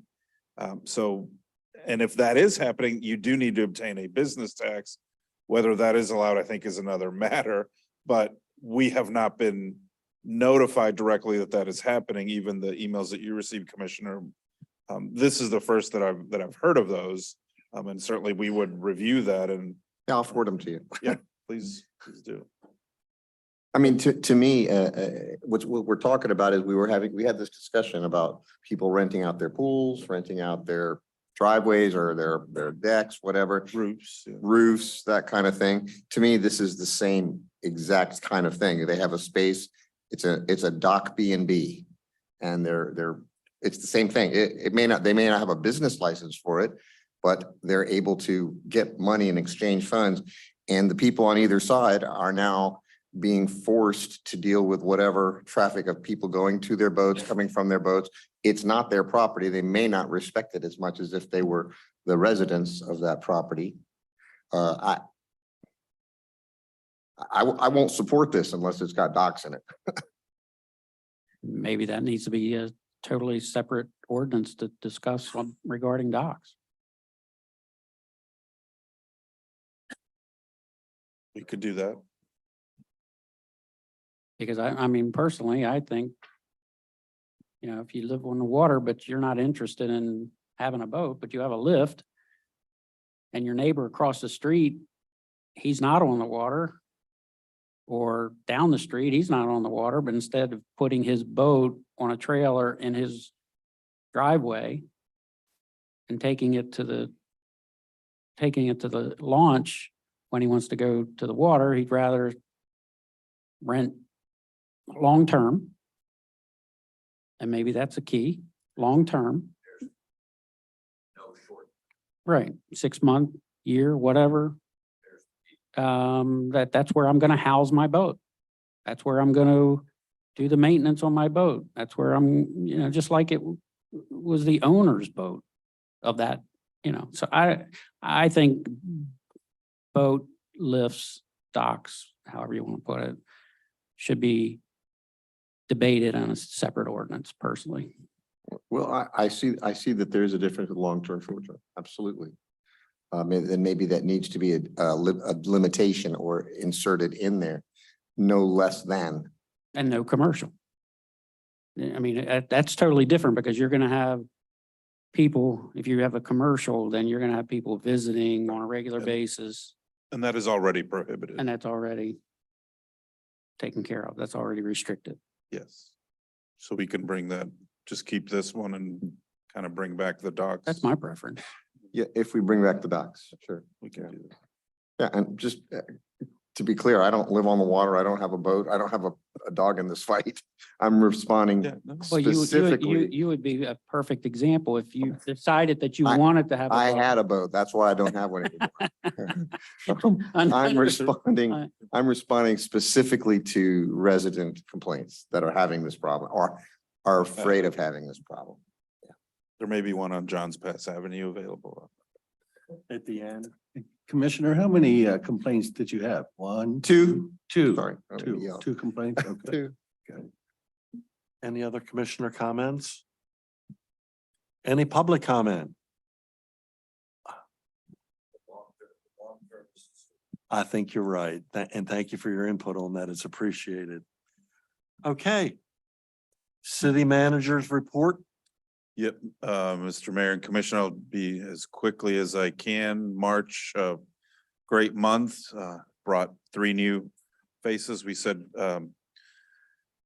goodbye from the dais for 3, but welcome 3 new faces, personalities here to the commission. We're very happy to have all of you here and looking forward to obviously the next couple of years with all 3 of you, and then we'll see what next year brings in terms of for the other 2 commission seats, but we appreciate all the support so far and obviously looking forward to more going forward. March was usually the busiest month of the year in terms of just overall activity throughout the city, from special events to the number of visitors, and that simply continued just throughout the entire month. As I mentioned earlier, we are going to be looking at starting next month to go over the city's mission and vision statement and kind of put a little bit of a notice in here as to what the purpose, why we're here, what we do, what the city staff do, and just reminding folks of that every day. We held our partner organizations held various cleanups throughout both the Pirates, the Turtles. I do want to point out the Trash Turtles and one of their cleanups actually this month, so it might show up in my report next month. Just a couple last week, not in Madeira Beach, but they removed over 700 pounds of trash, and they were able to get nearly 100 volunteers to go out and kind of help out. And they're located here obviously in Madeira Beach, and they do hold cleanups here, but they do also go to other parts of the county. But they were the county and Keep Pinellas Beautiful. Our other partner was super supportive and excited that they were able to do all that. And that's all part of we continue reminding folks of our environmental stewardship and continue to ensure you leave no trace when you're out on the beach. We will be providing more signage to all the properties along Gulf Boulevard, including magnets that they will put on every refrigerator for every either resident or unit that is rented out. So another reminder of what the rules are when you do go out into the sand, and again, leave that. We discussed a lot about our sanitation, our recycling. We provided a map of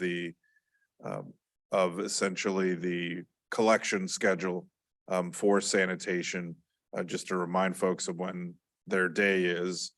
We're nearing the end of our market. This is the last, or May will be the last month. I think their last day is May the 24th. But in terms of, we provided an update of all of our projects, really no significant changes on our projects other than just a few kind of cosmetic out at Johns Pass Village with some new stairs that were redone on the east side of the boardwalk. And coming forward, we again renovating the bathrooms at Archibald, redoing milling and paving Gulf Lane that we've discussed, and some of those small parking lots out there. We will be bringing to you, hopefully at the May workshop, about our military honor court project. Last year we received a $25,000 donation to apply toward that project from the American Legion. So we've had an initial site plan, engineering design of what that would look like, which will be over at Patriot Park. There's currently a little gazebo, and we're going to relocate that gazebo within the park and then look to put a military honor court in that area. But other projects that are continuing, from the beach groins to the dredging that I mentioned briefly earlier.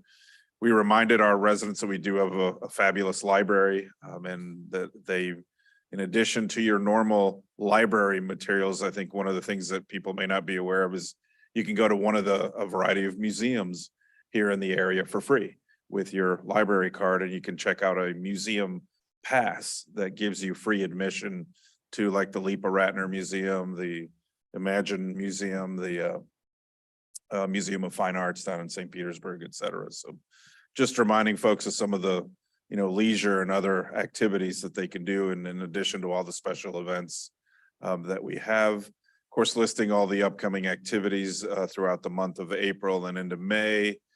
Particularly this weekend is the King of the Beach fishing tournament out here at Rock Park and the Rec Center, and other activities going in final Friday, this Friday, and then the first Saturday of every month is the Trash Pirates cleanup, and then Saturday, May 6th is our annual Founders Day event that we call the Grouper Gala, and that's Saturday, May the 6th, beginning at 5 p.m. with musical band and fireworks at 9 o'clock. And those tickets can be purchased online for the, or you can, the event is free to go to, but if you want to purchase some food, you can do that online or at the event as well. So again, lots of activities and really continued with just the daily work that we provide, from right-of-way maintenance to obviously keeping the sand clean, to obviously offering our regular fire fire service work. And we, due to the number of visitors in March, also, we did have a significant, this was our most profitable month for parking, even more than March of last year, over 410,000 in gross revenue from parking and parking fines. So it was a very busy month.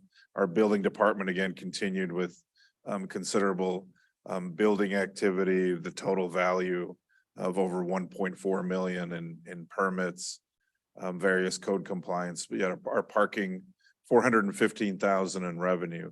And we are approaching or almost 560,000 for the additional 50 cents that is going in for the parking garage. Other than that, it's some of the images from the fire department and some of the training that they participated in, but they also went to a conference toward the end of February. I didn't have that in last month's report. But we do have some very talented fire personnel, and they go to the conferences or training or participating in competitions, and usually kind of being on the winning side of some of those competitions. There's a lot more specific data on here that I know the people who read kind of tend to have questions on this. I'm not going to go through all of it, but there is quite a bit, including a lot of data here for our fire department, and all that we encourage people to dispose of locations for needles and throughout, and there's various locations throughout the county where that people can do that for things that they no longer are using. And our marina again continued to a very busy month, really. Very few poor weather days in March, very few rain days, although at the beginning of March we did have the algae bloom, or we call it by its Latin, the Carena brevis. I don't like to use the RT words, so showed up at the beginning of March. So even with the few days where there were just a handful of cars parked in our parking lots, our parking revenue still had a significant increase over the prior month, and even an increase over the prior year. And again, just we're an image of the signs that we continue to post out there with the beach rules, and we will be again providing more to all the properties along Gulf Boulevard. And recreation, just lots of the events that I mentioned, including once school ends next month, and then they transition into the summer camp for elementary and middle-aged students that are held between our city center and the rec center. So happy to answer any questions that you may have. And certainly do appreciate all the support from the commission and the work that we do every day. And as always, anything needing attention, as you have, just let me know, let staff know, and we will look to address it as quickly as we can. Just wanted to say that the happy hour with the city manager went really well. I think everyone appreciated that, and you spent time with everyone that visited. It wasn't a structured meeting, but it had a lot of value. We'll have more structured, next month there will be a breakfast with the city manager, and we will likely have at a facility, and that'll be a little bit more structured with a presentation, but trying to be innovative with some of these, and having the city store kind of helps to have a little bit more of just your basic, bureaucrat telling people what's been going on, so. Any other comments? I guess we should adjourn at 10:04 PM. Thank you.